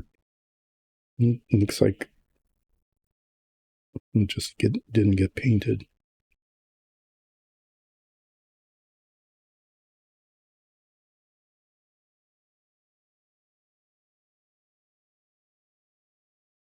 Okay, that's good. I got those. Um, yeah, this came out okay. And I only had like 3 or 4 spots that needed to be touched up significantly, maybe 5, some on the back here. But up here, hardly any. It ended up going okay, which is good. Going okay was good. All right. Um, the things, okay, so the the outside of this needs to be painted the same color as does the rim of this.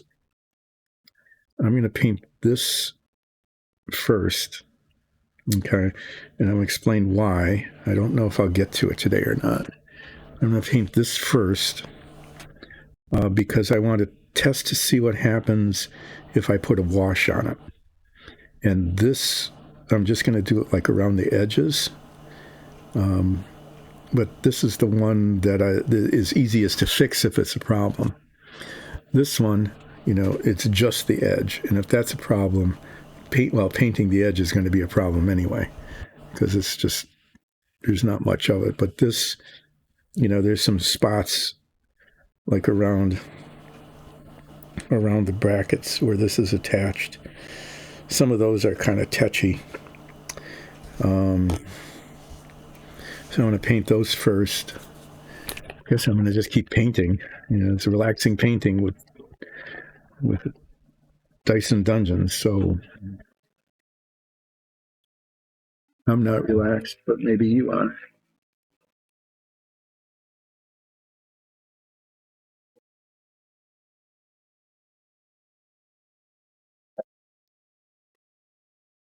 I've got about an hour. Yeah, I should be able to. I should be able to get these parts at least base coated, right?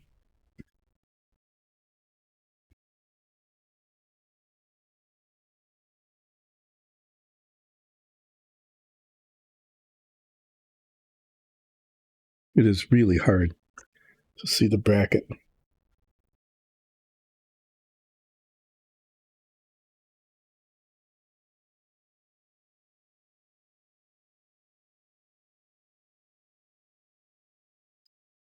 We have I'm pretending that I see it here.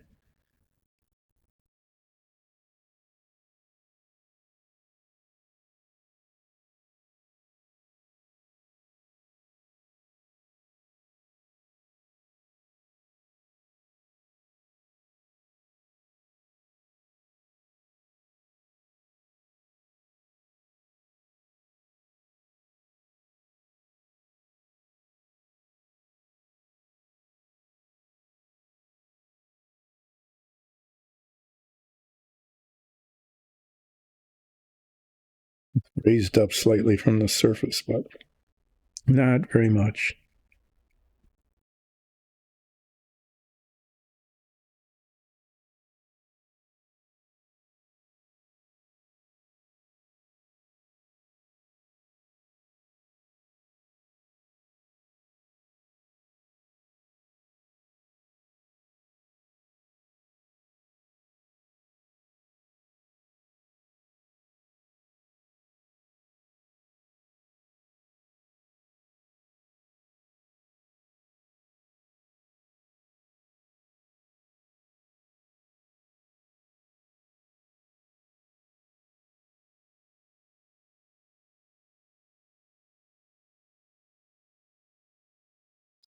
Yeah, this is one of those going silent again because of just trying to get the paint in the right spot.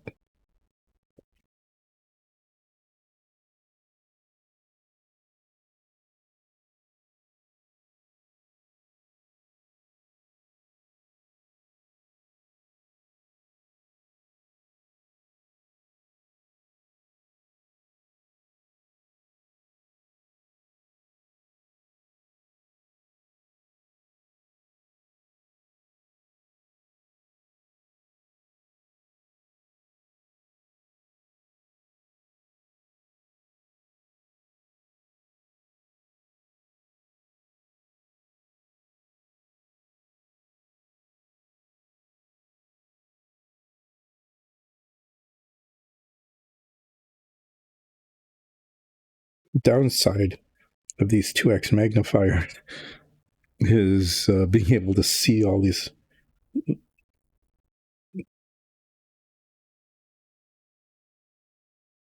Just being able to see it.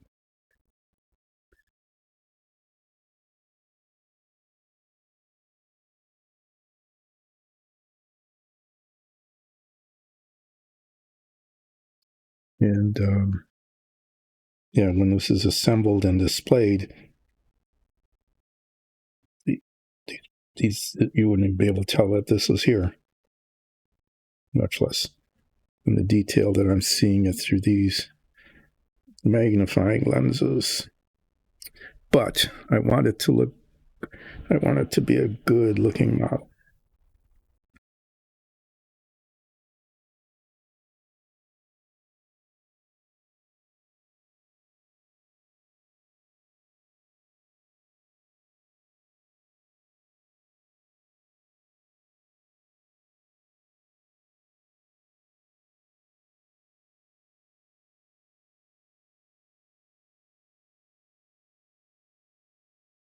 This tiny little brush is great for getting tiny little details. It's not very good for getting even an even coat of paint on larger surfaces.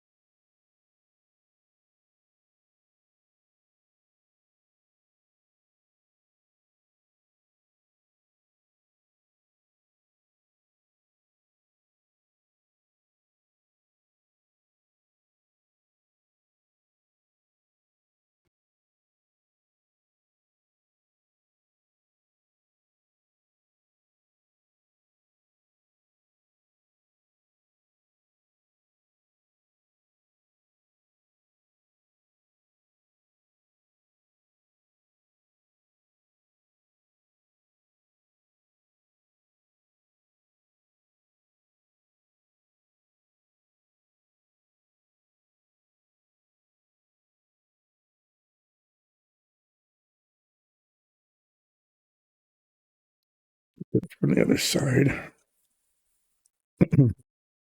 is these metal reinforcing rods. Okay, show on the other side, but they're on the outside of the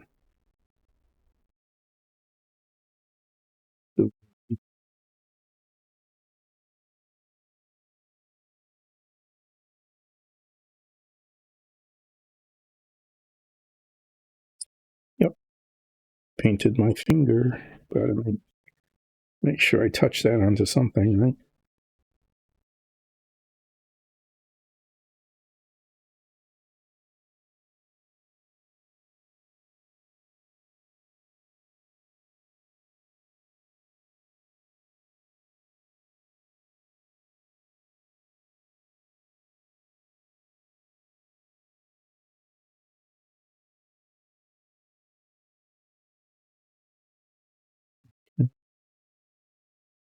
I mess that up later. It's not too bad.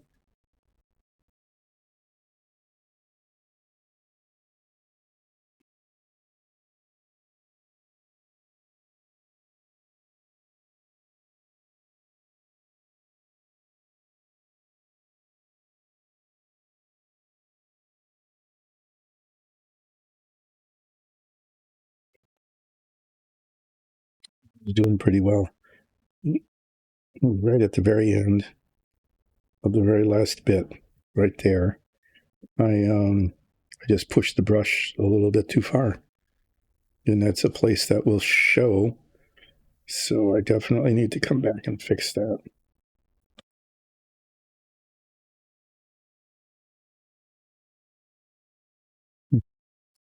Yep. Sometimes that happens. It's just like, oh, this is going okay until it doesn't. To get the gray paint out again and touch that up.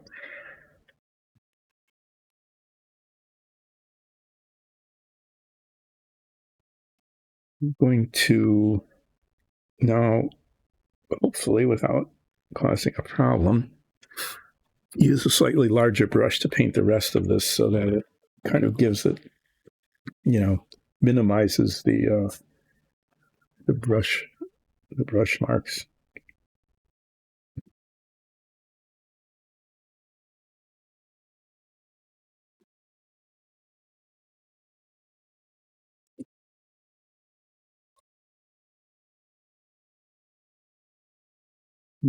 Since I have that brush out, I'm going to do that not at the same time, but immediately after. I think this brush should work. This is where I need to grab it with this, because I need to be able to paint the surfaces. I'm going to keep my head magnifier on now. Whoa, yeah, that carries a lot of paint.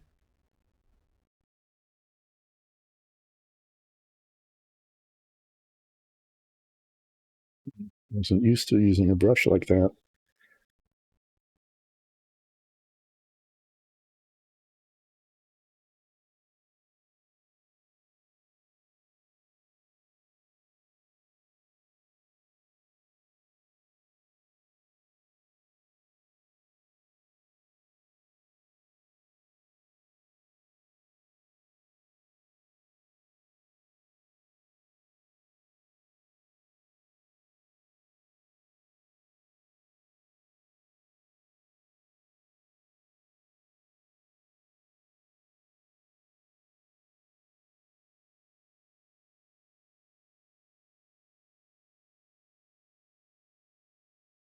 This is the bottom, and it's not going to show. Yeah, the machine guns rest up here in those bits. Those bits need to be painted on the inside, just in case the machine guns don't cover them completely.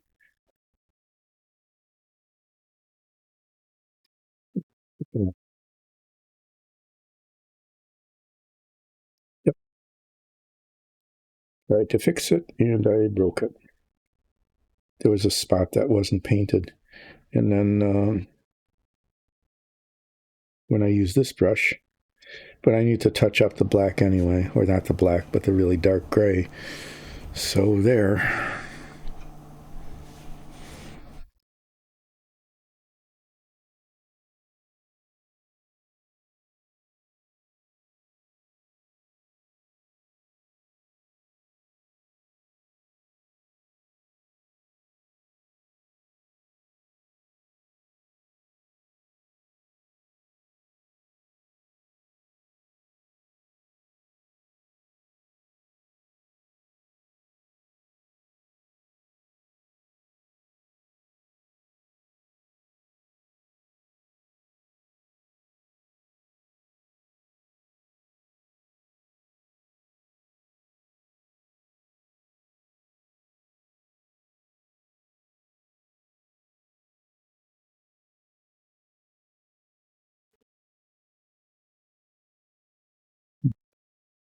So this is like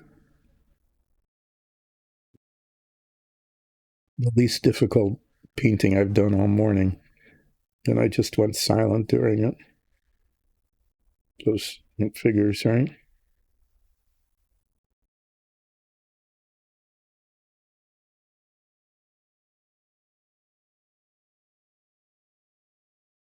It seems to cover pretty well.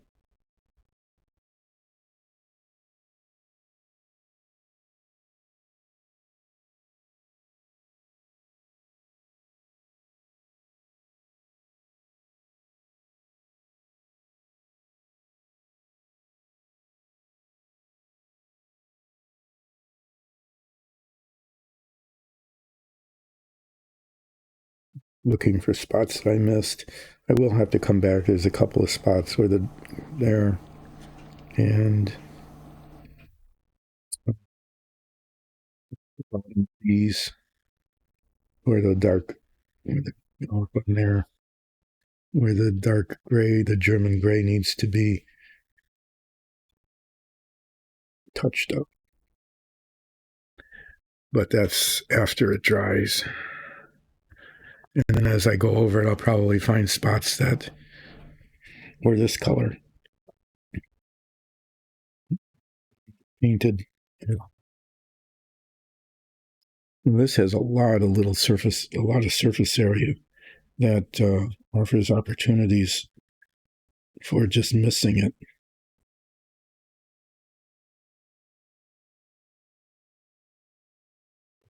Some nooks and crannies.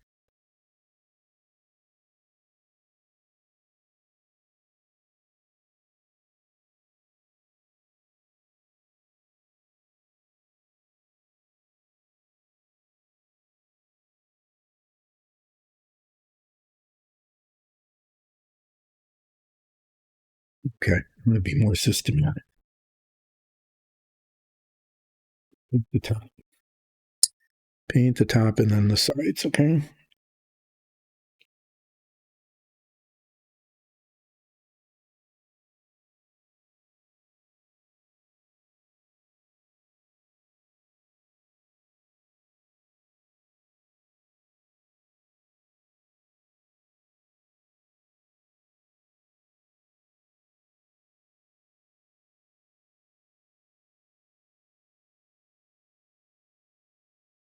Yeah, this is kind of weird that now that I'm painting something that it's fairly easy to paint, I'm not talking. Whereas when I was painting something that wasn't easy to paint, I was going on about car parts. Go figure. I'm finding little molding circles all over the place that I think are disappearing under the paint, but I should have noticed them before and taken a little bit of sandpaper to them.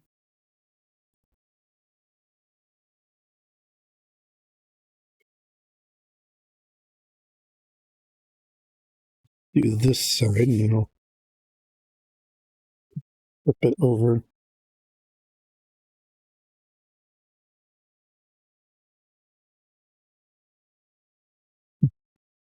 Do the other side.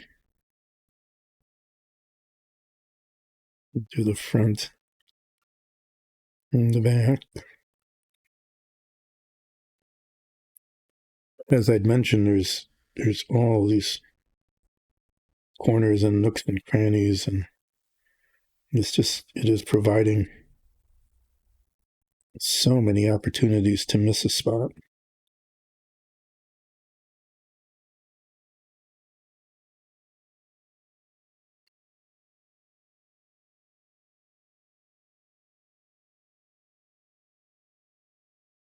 And the spots that'll be missed are sometimes the most obvious.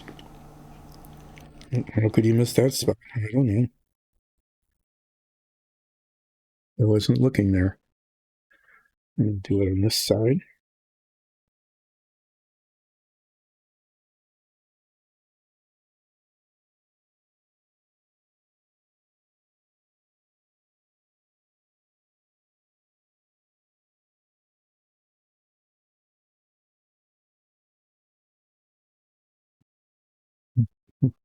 It was funny. It's like it looked dark, and I just rotated a little bit, and it was a shadow.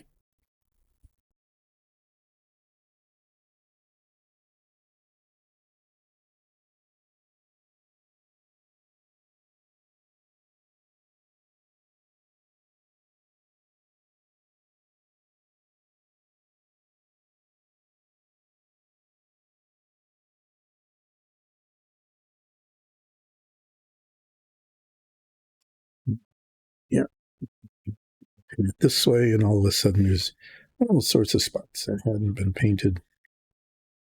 And I'm sure it'll happen when I do it 180 degrees the other way.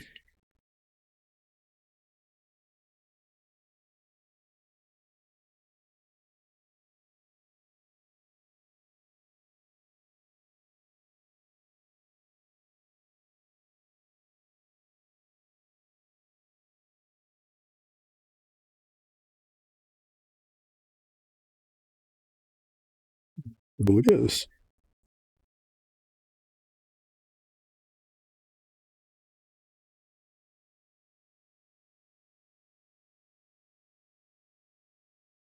I know, despite the apparent care I'm taking here, and when I look at this later, I will find spots that are not painted. This brush is gummed up.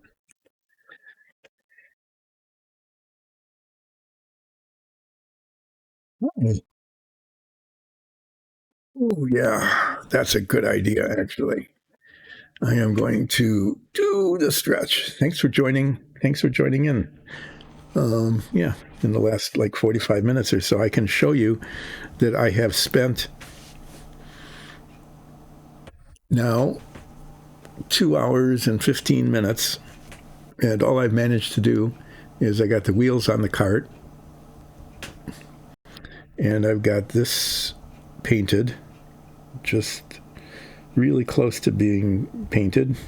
I'm just looking at the spots that I've missed, mainly in the corners. I've missed corners here. It took me an hour just to paint this area up in front here, where there's two different colors and they come together. You know, just painting the boundaries between the colors. That took an hour to say. It just sometimes painting the detail stuff just takes forever.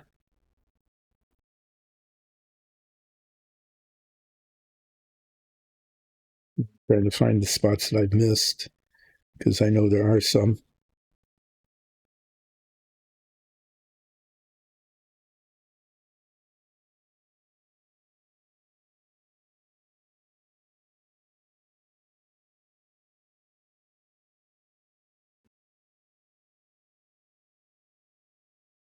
Paint. I want to paint the bottom of this like I did before. Just, but I shouldn't really have to do this, but I'm going to. so that just when it settles into its place in the home, I don't want there to be white spots showing. Well, that it's just not going well.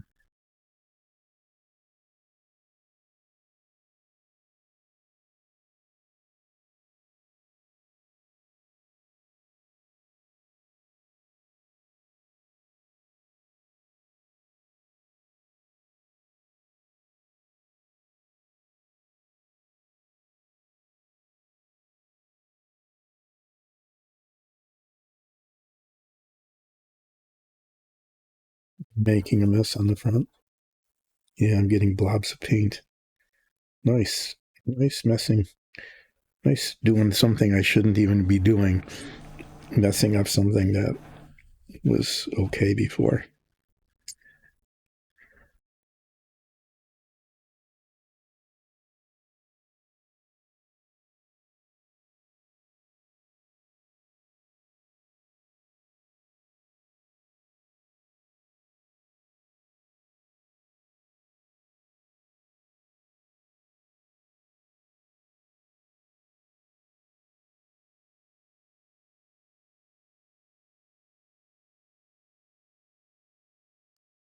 Just talking about antique cars. They're antique now. Like the cars I grew up with. You know, I did this monologue once before, but I was expanding on it and just about talking about all the parts that needed to be replaced all the time that don't even exist anymore.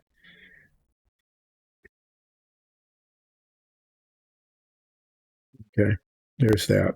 I'm going to set it down in here this way because none of the painted surfaces are touching anything. Yay. And then I'm going to check this out, see if it needs a second coat anywhere. It kind of does, so I'm just touch up the uneven spots.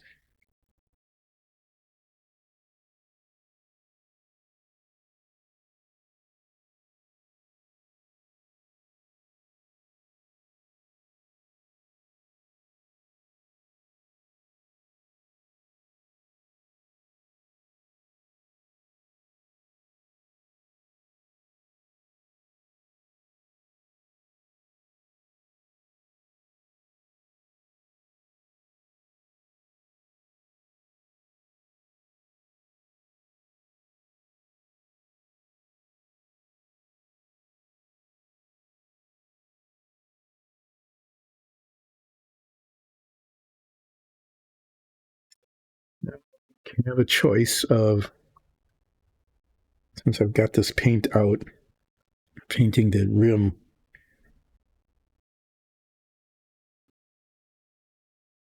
I'm going to go ahead and do that while this is drying. I need to do some touching up on the dark gray. I need to remember to do that.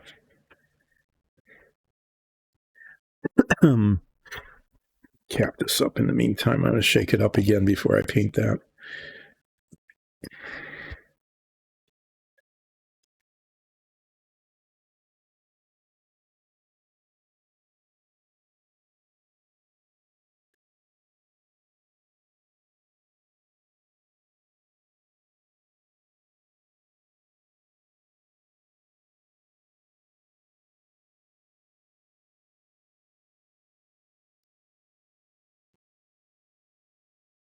So the steps involved here now, once this one is a little bit difficult because there's no place to hold it.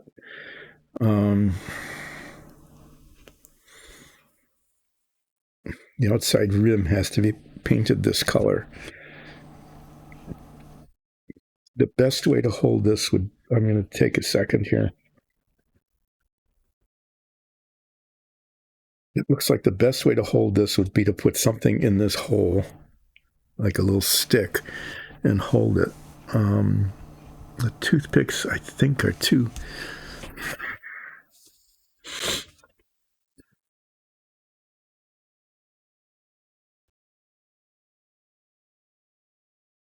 The toothpicks are too small.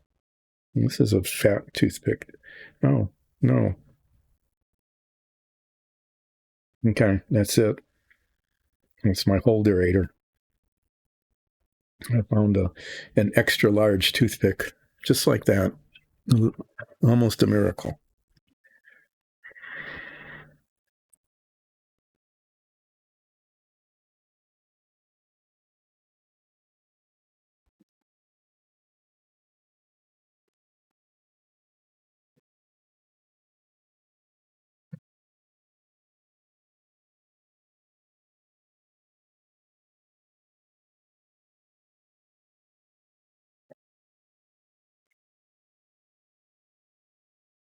Well, the thing with this paint, you can see it on here, is that, when it's a little bitty surface like that, it's not too bad. But on a big surface like this, it's very flat. Okay. And it's supposed to be wood. And it doesn't look like wood, it just looks like painted plastic. So I am tempted to use this brown wash, which gives it a little better color, and I can make it slightly streaky, like they're like wood grain. And that's the piece I'm going to test it on. And if it turns out okay, then I'll do it on this one and around the edges here.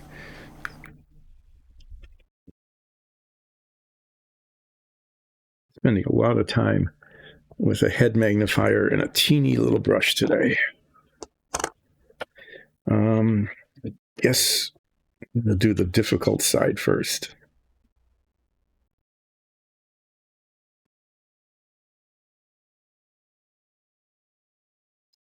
Yeah, it's just the edge. It's just the rim here.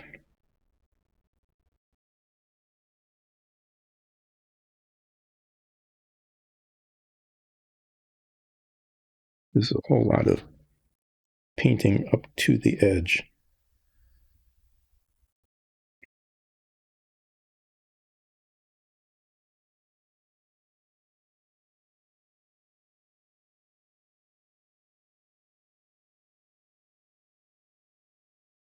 Well, the deck tan is looking pretty good. I'm going to leave it without washing it.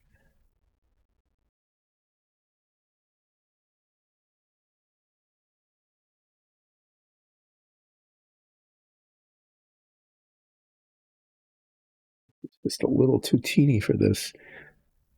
Tempted to use a slightly bigger brush, but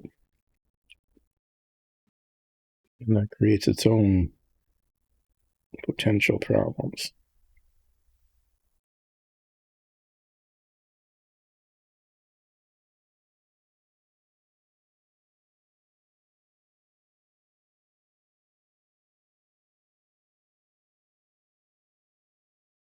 Here,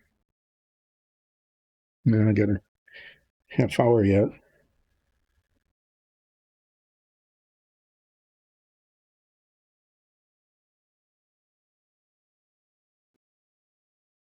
Until it's near the end of the stream. Okay, I'm just starting to lose focus just a little bit. I'm starting to get impatient.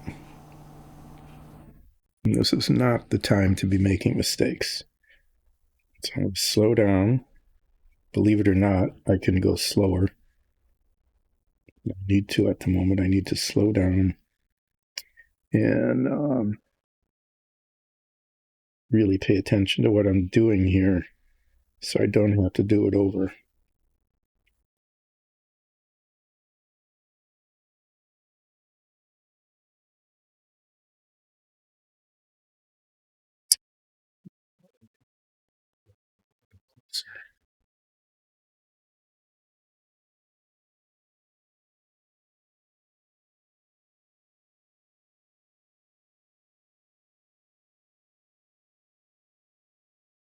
This is a really nicely detailed piece. I'm talking about the mold quality. It's got this, I'm guessing, some sort of fabric here in the center, but it's riveted in or screwed in. It's got these little bitty rivet points.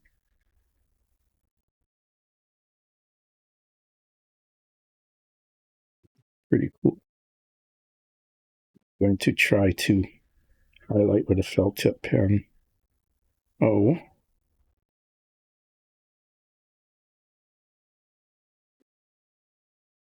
bubble of paint.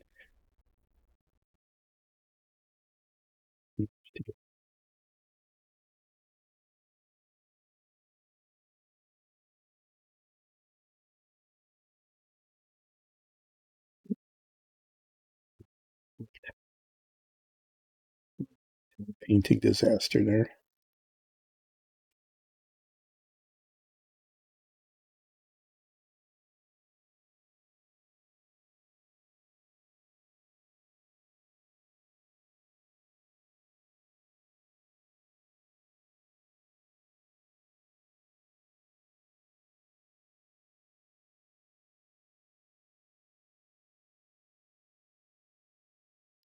Trying to get a nice, this is, the top is going to show.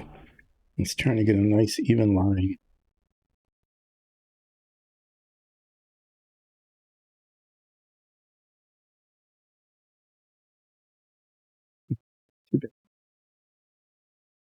But they had magnifiers, you can't see it. It's just the little bit of raggedness. This part sets down inside the cockpit, the hull, but it also shows. So I need to paint the bottom here as well, including the sides.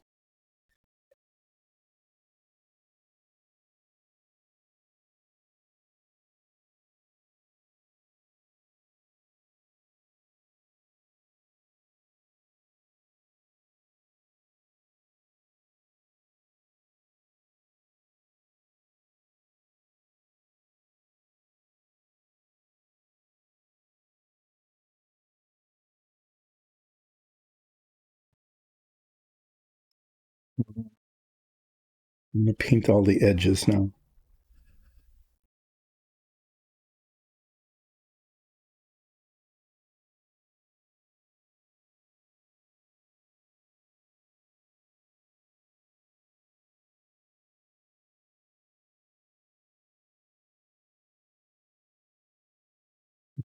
So,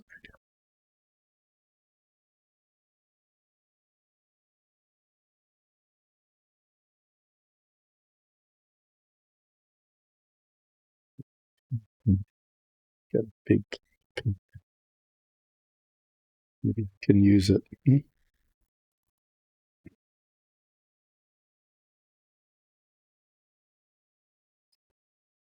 Okay, yeah. And then sometimes, sorry, what happened, I got a hand cramp from just holding this too tight and too long without moving. So that just hurt. When I tried to move my fingers, they didn't move.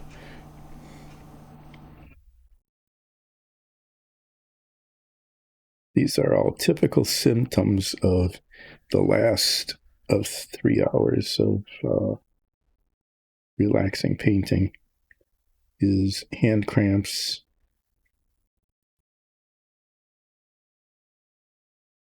using a little bit of focus, not a lot, but a little bit, creating a situation that requires touching up.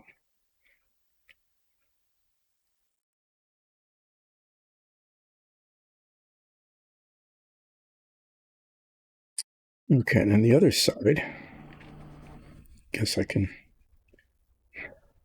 no, take it out. I'm just gonna end up holding it this way.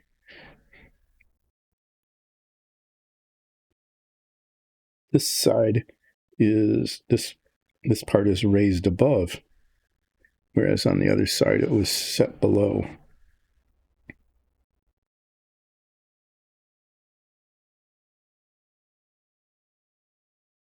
Same technique, except the paint up to the edge on the top, underneath. It looks like I should be able to get this finished, this stream, ending on time.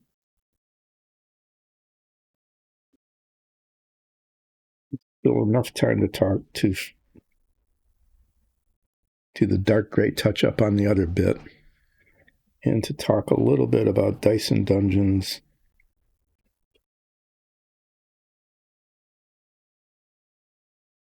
I only do that now. I should be able to do this and talk at the same time. So Dice and Dungeons is a group of family and friends, and we run a dungeon. Oh no. Strip. Jeez. You know, why does there have to always be something? Allergies, and it's a little chilly down here. Sorry about that. I needed to do that. It was going to be gross. Yeah, family and friends, Dungeons and Dragons show streams on Twitch with a live chat 3 Sundays a month at 2:00 Eastern time, Eastern U.S. time, and it's a really good show. We are creative and lively and funny, and sometimes get into combat. My character has been mostly dead a couple of times, so there's always that. It's always that kind of drama. And if you can't catch it with the live chat, all of our episodes are up on YouTube and also as a podcast. And they work as a podcast because there aren't any like moments of silence going on during the show. And there's always monologues, dialogues, and some nice background music by Alexander Nakarada. And this stream is a spin-off of that, in that those 3D printers behind me were used to produce dungeon tiles that appear in our show. And they were all hand-painted, mostly on this stream, way in the distant past. And models only came around when there weren't any dungeon tiles to paint, or minifigs. Lots of minifigs that we use in our show.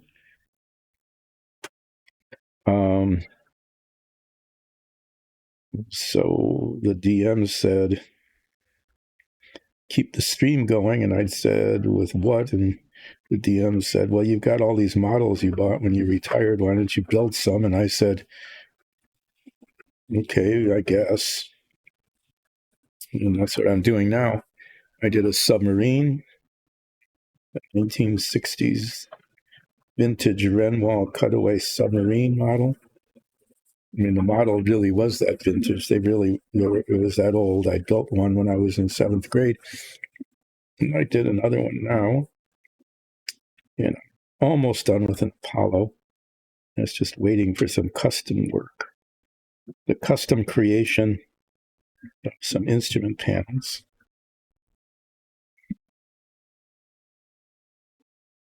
You know, I really think this color would look better with a wash, but I need to test it on a part first before I do that. Because it's not bad, but it's just doesn't look like wood. Okay, just say that. Okay, I managed to do this without making a hideous mess. To hold it while it's drying, I'm just going to put it on one of these alligator clips, stick it in my handy dandy alligator clip holder raider thing.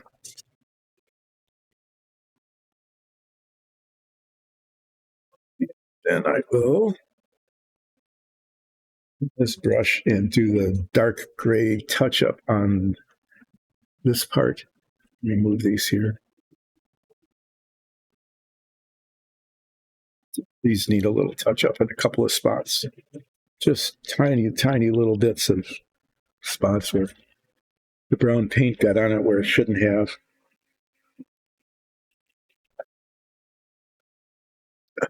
Right near the end of the painting, when I got a tiny bit careless.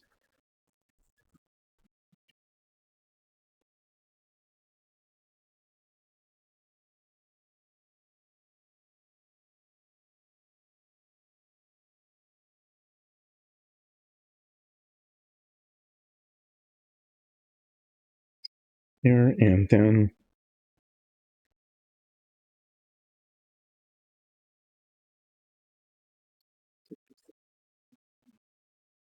it's another spot, the other side where,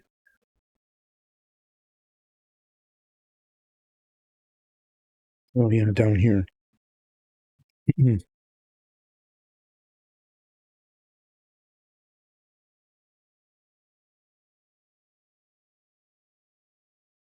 Demarcation lines are not very well defined. I'm going to put the clip back on because the paint is dry enough now that I can just set this down on the paper towel.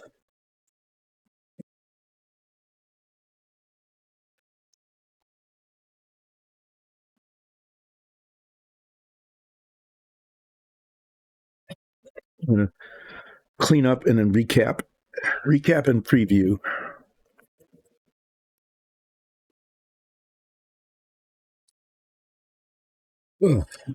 Yeah, it's just there's this time limit, right? And just pushing it where I just start getting congested. I get a little bit chilled. This is why the 10 to 1 time frame for the stream is working out pretty well, because when I was going from 10 until 2 and taking that break, I'd be fine until break. I'd break around noon and then take a break that was always way too long. Say I'll be back in 30 minutes, and then I was or 20 minutes, and I'd be back in 45. And then after break, I'd start getting like I'm getting now, which is a little bit cold, a little bit congested. And that last, what turned out to be like 40 minutes, like a little over an hour, okay, was not very productive and not very comfortable. So one day I just, the chat was going on really well. And so I just worked right through what would have been break, and it got to be about 1, and I'd gotten more done. And yeah, it was just easier for me. So that is what it's going to be, is I'm going to be doing from 10 until 1, more or less. Sometimes, I start on time pretty well. Maybe I'll end a little early, maybe a little later, sniffling. I have to apologize for that, but yeah, feeling, it just starts feeling chilly down here after a while, and there's that. So, what I have done today in 2 hours and 40 minutes, well, I chatted for about 10 minutes, so about 2.5 hours. What I managed to accomplish in 2.5 hours was pretty. Look at this, 2.5 hours. I got the wheels on the cart. Okay, so the cart is done. The wash on here, I think, looks pretty good. I wanted it to look a little bit damp and used, because the hull, the way this works is that this is a seaplane, okay, and this is the bottom of it, no wheels, right? It just goes on the water. So if you want it on land, you have to put it on a cart like this, and then you can wheel it around. Okay, but it sits on there and it's wet, right? And so these pads, get a little damp and a little mildewy, a little worn. So I used some gray wash on there, and that came out pretty well. And I thought about doing the same thing here, but I like the way that it looks. It's supposed to look like maybe a canvas, and it does. What I want to do, though, because this paint ends up looking, well, you can see it here on this piece. It looks lifeless. And so I'm going to use this brown wash and just sort of maybe highlight the edges of it or something to make it look more like wood. And if it works on this, then I will do the same thing to the edge here, right along the very edge of it. And then on this, try to highlight, this is the top of it, just kind of highlight the edges of these wooden struts, just to make it look more wood-like. If that works, well, at some point I need to paint this entire hull that color, and that'll be a challenge as well. So this piece I'm going to test with the wash, and if it looks good, then this will be done, and this one will be done. And if it doesn't, then I'll repaint it. And then on this piece, I'll wash the edges, but there's also more detail. Like there's these inserts through the wall that have this ring around them. I'm going to paint that a metallic color. And then there's these rivets or screw heads. You can see them there. And I want those to not be the same color as the material underneath it. Right? It's like those are nails. You can see how this is behind it and how this fabric or whatever it is goes over the top of this and is attached. It's pretty well designed that way. You can see that this is on the other side. It's on the other side of this wooden frame. It's on top of it on this side, and it's nailed in. Those are metal and not whatever that is. I think it's like supposed to be a fabric. And so I want to highlight those, and I'm going to use a black, very fine felt tip pen, and hopefully make little darkness on top of each of those without getting onto the paint underneath. I tried this once before with another model, and I got it like 80% done, and then it slipped a little bit, and I got a dot. And then the ink, I need to remember this, the ink dissolves in the paint, so I couldn't paint over it. But it is possible to wipe it off. And I think anyway, I really want to do that, because those, even though you can see them, they're up there, they need to not be the same color as the fabric it's holding on.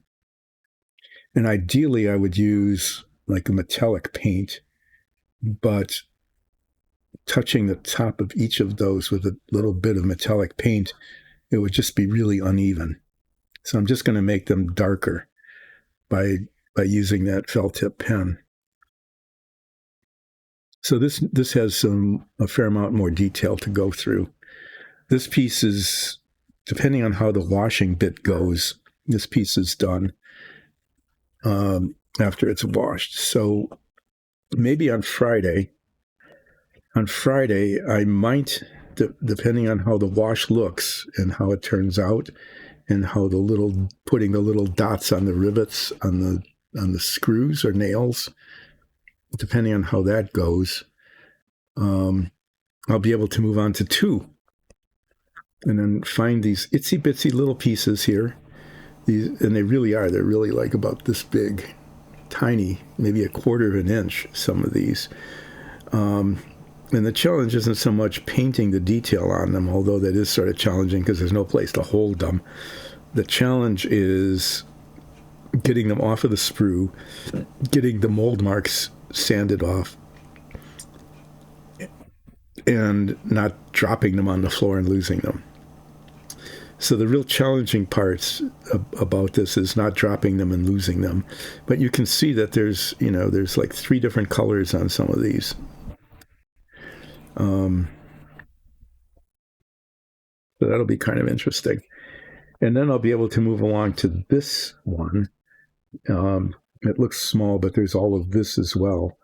So this number 3 is going to end up taking a long time because there's all these bits that need to be, they're going to end up needing to be sanded down and primed and painted, and then assembled carefully and then put into this. The interesting thing is there's a control panel, and there's two options for the control panel. One is there's a decal that can go onto the control panel that shows all the dials and things. And the other one, they're embossed on the plastic and can be painted. And this probably says, yeah, if you think you know what you're doing, good luck painting this to make it look like this, only better. Um, I don't think you can do it. If you mess up, use the decal. In fact, that's kind of what it says, because there's 11 there. There's an 11 there or here. So it says, I think that says, good luck trying to paint this. If you succeed, it'll look good. Otherwise, use the decal. Haha, on you. I told you you couldn't do it. I'm pretty sure that's what it says. Anyway, there's all sorts of little bits in here that come to be assembled that form the cockpit of the plane, which is really pretty cool. And then this here, it just says, oh, here's this part, but this part is made up of all of these parts. And then it's assembled into it. Even the fuel tank, you look at the fuel tank and you say, okay, well, that's easy, but it isn't, because the top and the bottom come together, and then there will be a seam along the side. And of course, you'll be able to see the seam, right? So once the top and the bottom are cemented together, then there's a whole bunch of fine sanding work to try to get rid of the seam as much as possible. Anyway, I should get really close to having, maybe not the hull. I'll have to paint the hull and see how it goes. Get a big brush, big soft brush, brush the brown paint on there, probably thin coats, three coats, three thin coats of paint on each side of that. So that'll take a while. You get to sit around and watch paint dry. But while the paint is drying, since these parts should be done, this and this and this, after I see how the wash works, while the paint is drying, I'll be able to find these pieces, these little bits of pieces, and begin prepping them, and maybe even figuring out how to paint them. And then this will take about 1,000,000 years. And then I get to work on the engine. And there aren't too many engine parts, but once again, you're looking at putting them together, sanding out the seams, getting the paint just right, figuring out what that means. Does the propeller rotate? Oh, it does. Oh, okay. I'm just looking at this, and what this is the this is the propeller goes on the front of this, and this is a shaft that goes into here and isn't cemented. It's not cemented in, but it's designed so that when the propeller goes on, way on step 12 or whatever it is back here, the propeller will rotate. I'm pretty sure.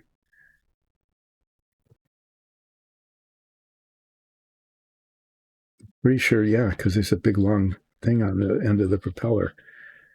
I'm going to have to get a translation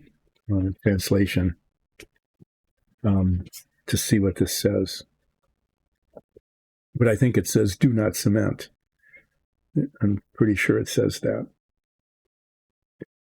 All right. So none of this is the painting part is more difficult than the plastic assembly part, and the plastic assembly part is just tedious because it involves a lot of sanding and measuring and fitting and things to make sure it all goes together right, and that the glue lines don't show. But that's what that is. But anyway, yeah, so I'm almost done with this after forever. I should be able to finish up most of this on Friday and get the base coat on the bottom of the hull. I won't be assembling it because the paint will have to dry and I'll have to wash it. But while that's getting prepped, I can start moving on to step 2 and get those little bits done. And get them test fitted so that they go in where they're supposed to go. And then I can start moving on to step 3. And eventually it will look like an airplane. Yeah. Right now it looks like many hours of. I got a cart. Yay. All right. I'm going to turn this.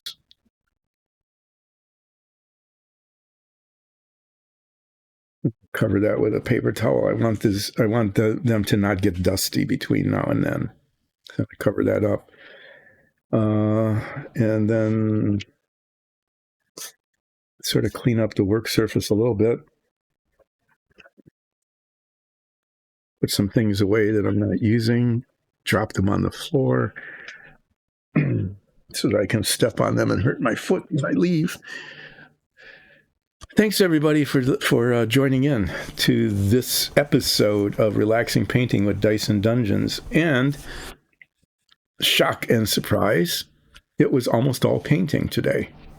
It was hopefully relaxing for you. For me, it was, I had to really pay attention with those head magnifiers and all the little details stuff that I was working on. But for the most part, I think it went pretty well. And I'll be back again on Friday doing a little bit more detail work, testing the brown wash on the desert yellow paint to see how it looks. I really hope it looks good, and that I don't mess it up. And then I'll be moving on to yet more little pieces. And on we go, working on the Savoia S.21 Porco Rosso's plane from the Miyazaki animated film Porco Rosso. Duh. Here, let me move this here. I'll cover them up later, but here, at least you can see that stuff has happened. There, things have been happening. Sort of paint has gone on to stuff. There are different colors of things.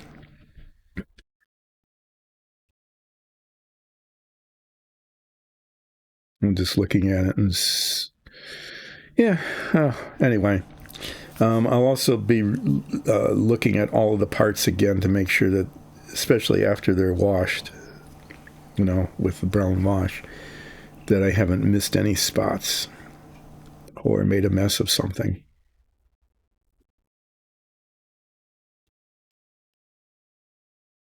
And putting little dots on rivets. I really would like to just leave it the way it is, but the rivets just, I'm wondering. No, what I was thinking was that I could rub the paint off of the rivet, but the colors underneath are wrong. They're just the wrong color.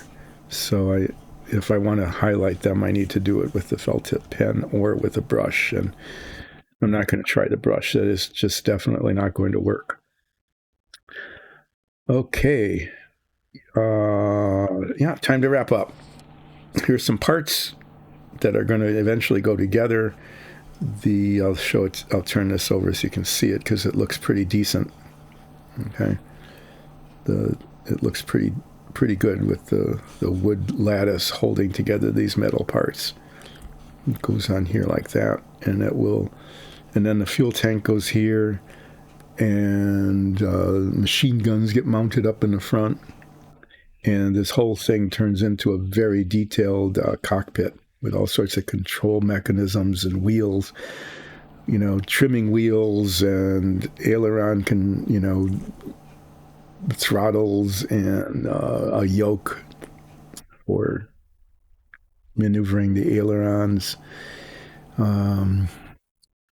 Looks like it even might have rudder pedals. It's pretty amazingly detailed. And yeah, the trick is to make it look good in the end.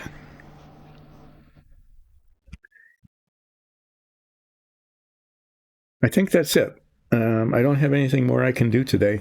Thanks for watching.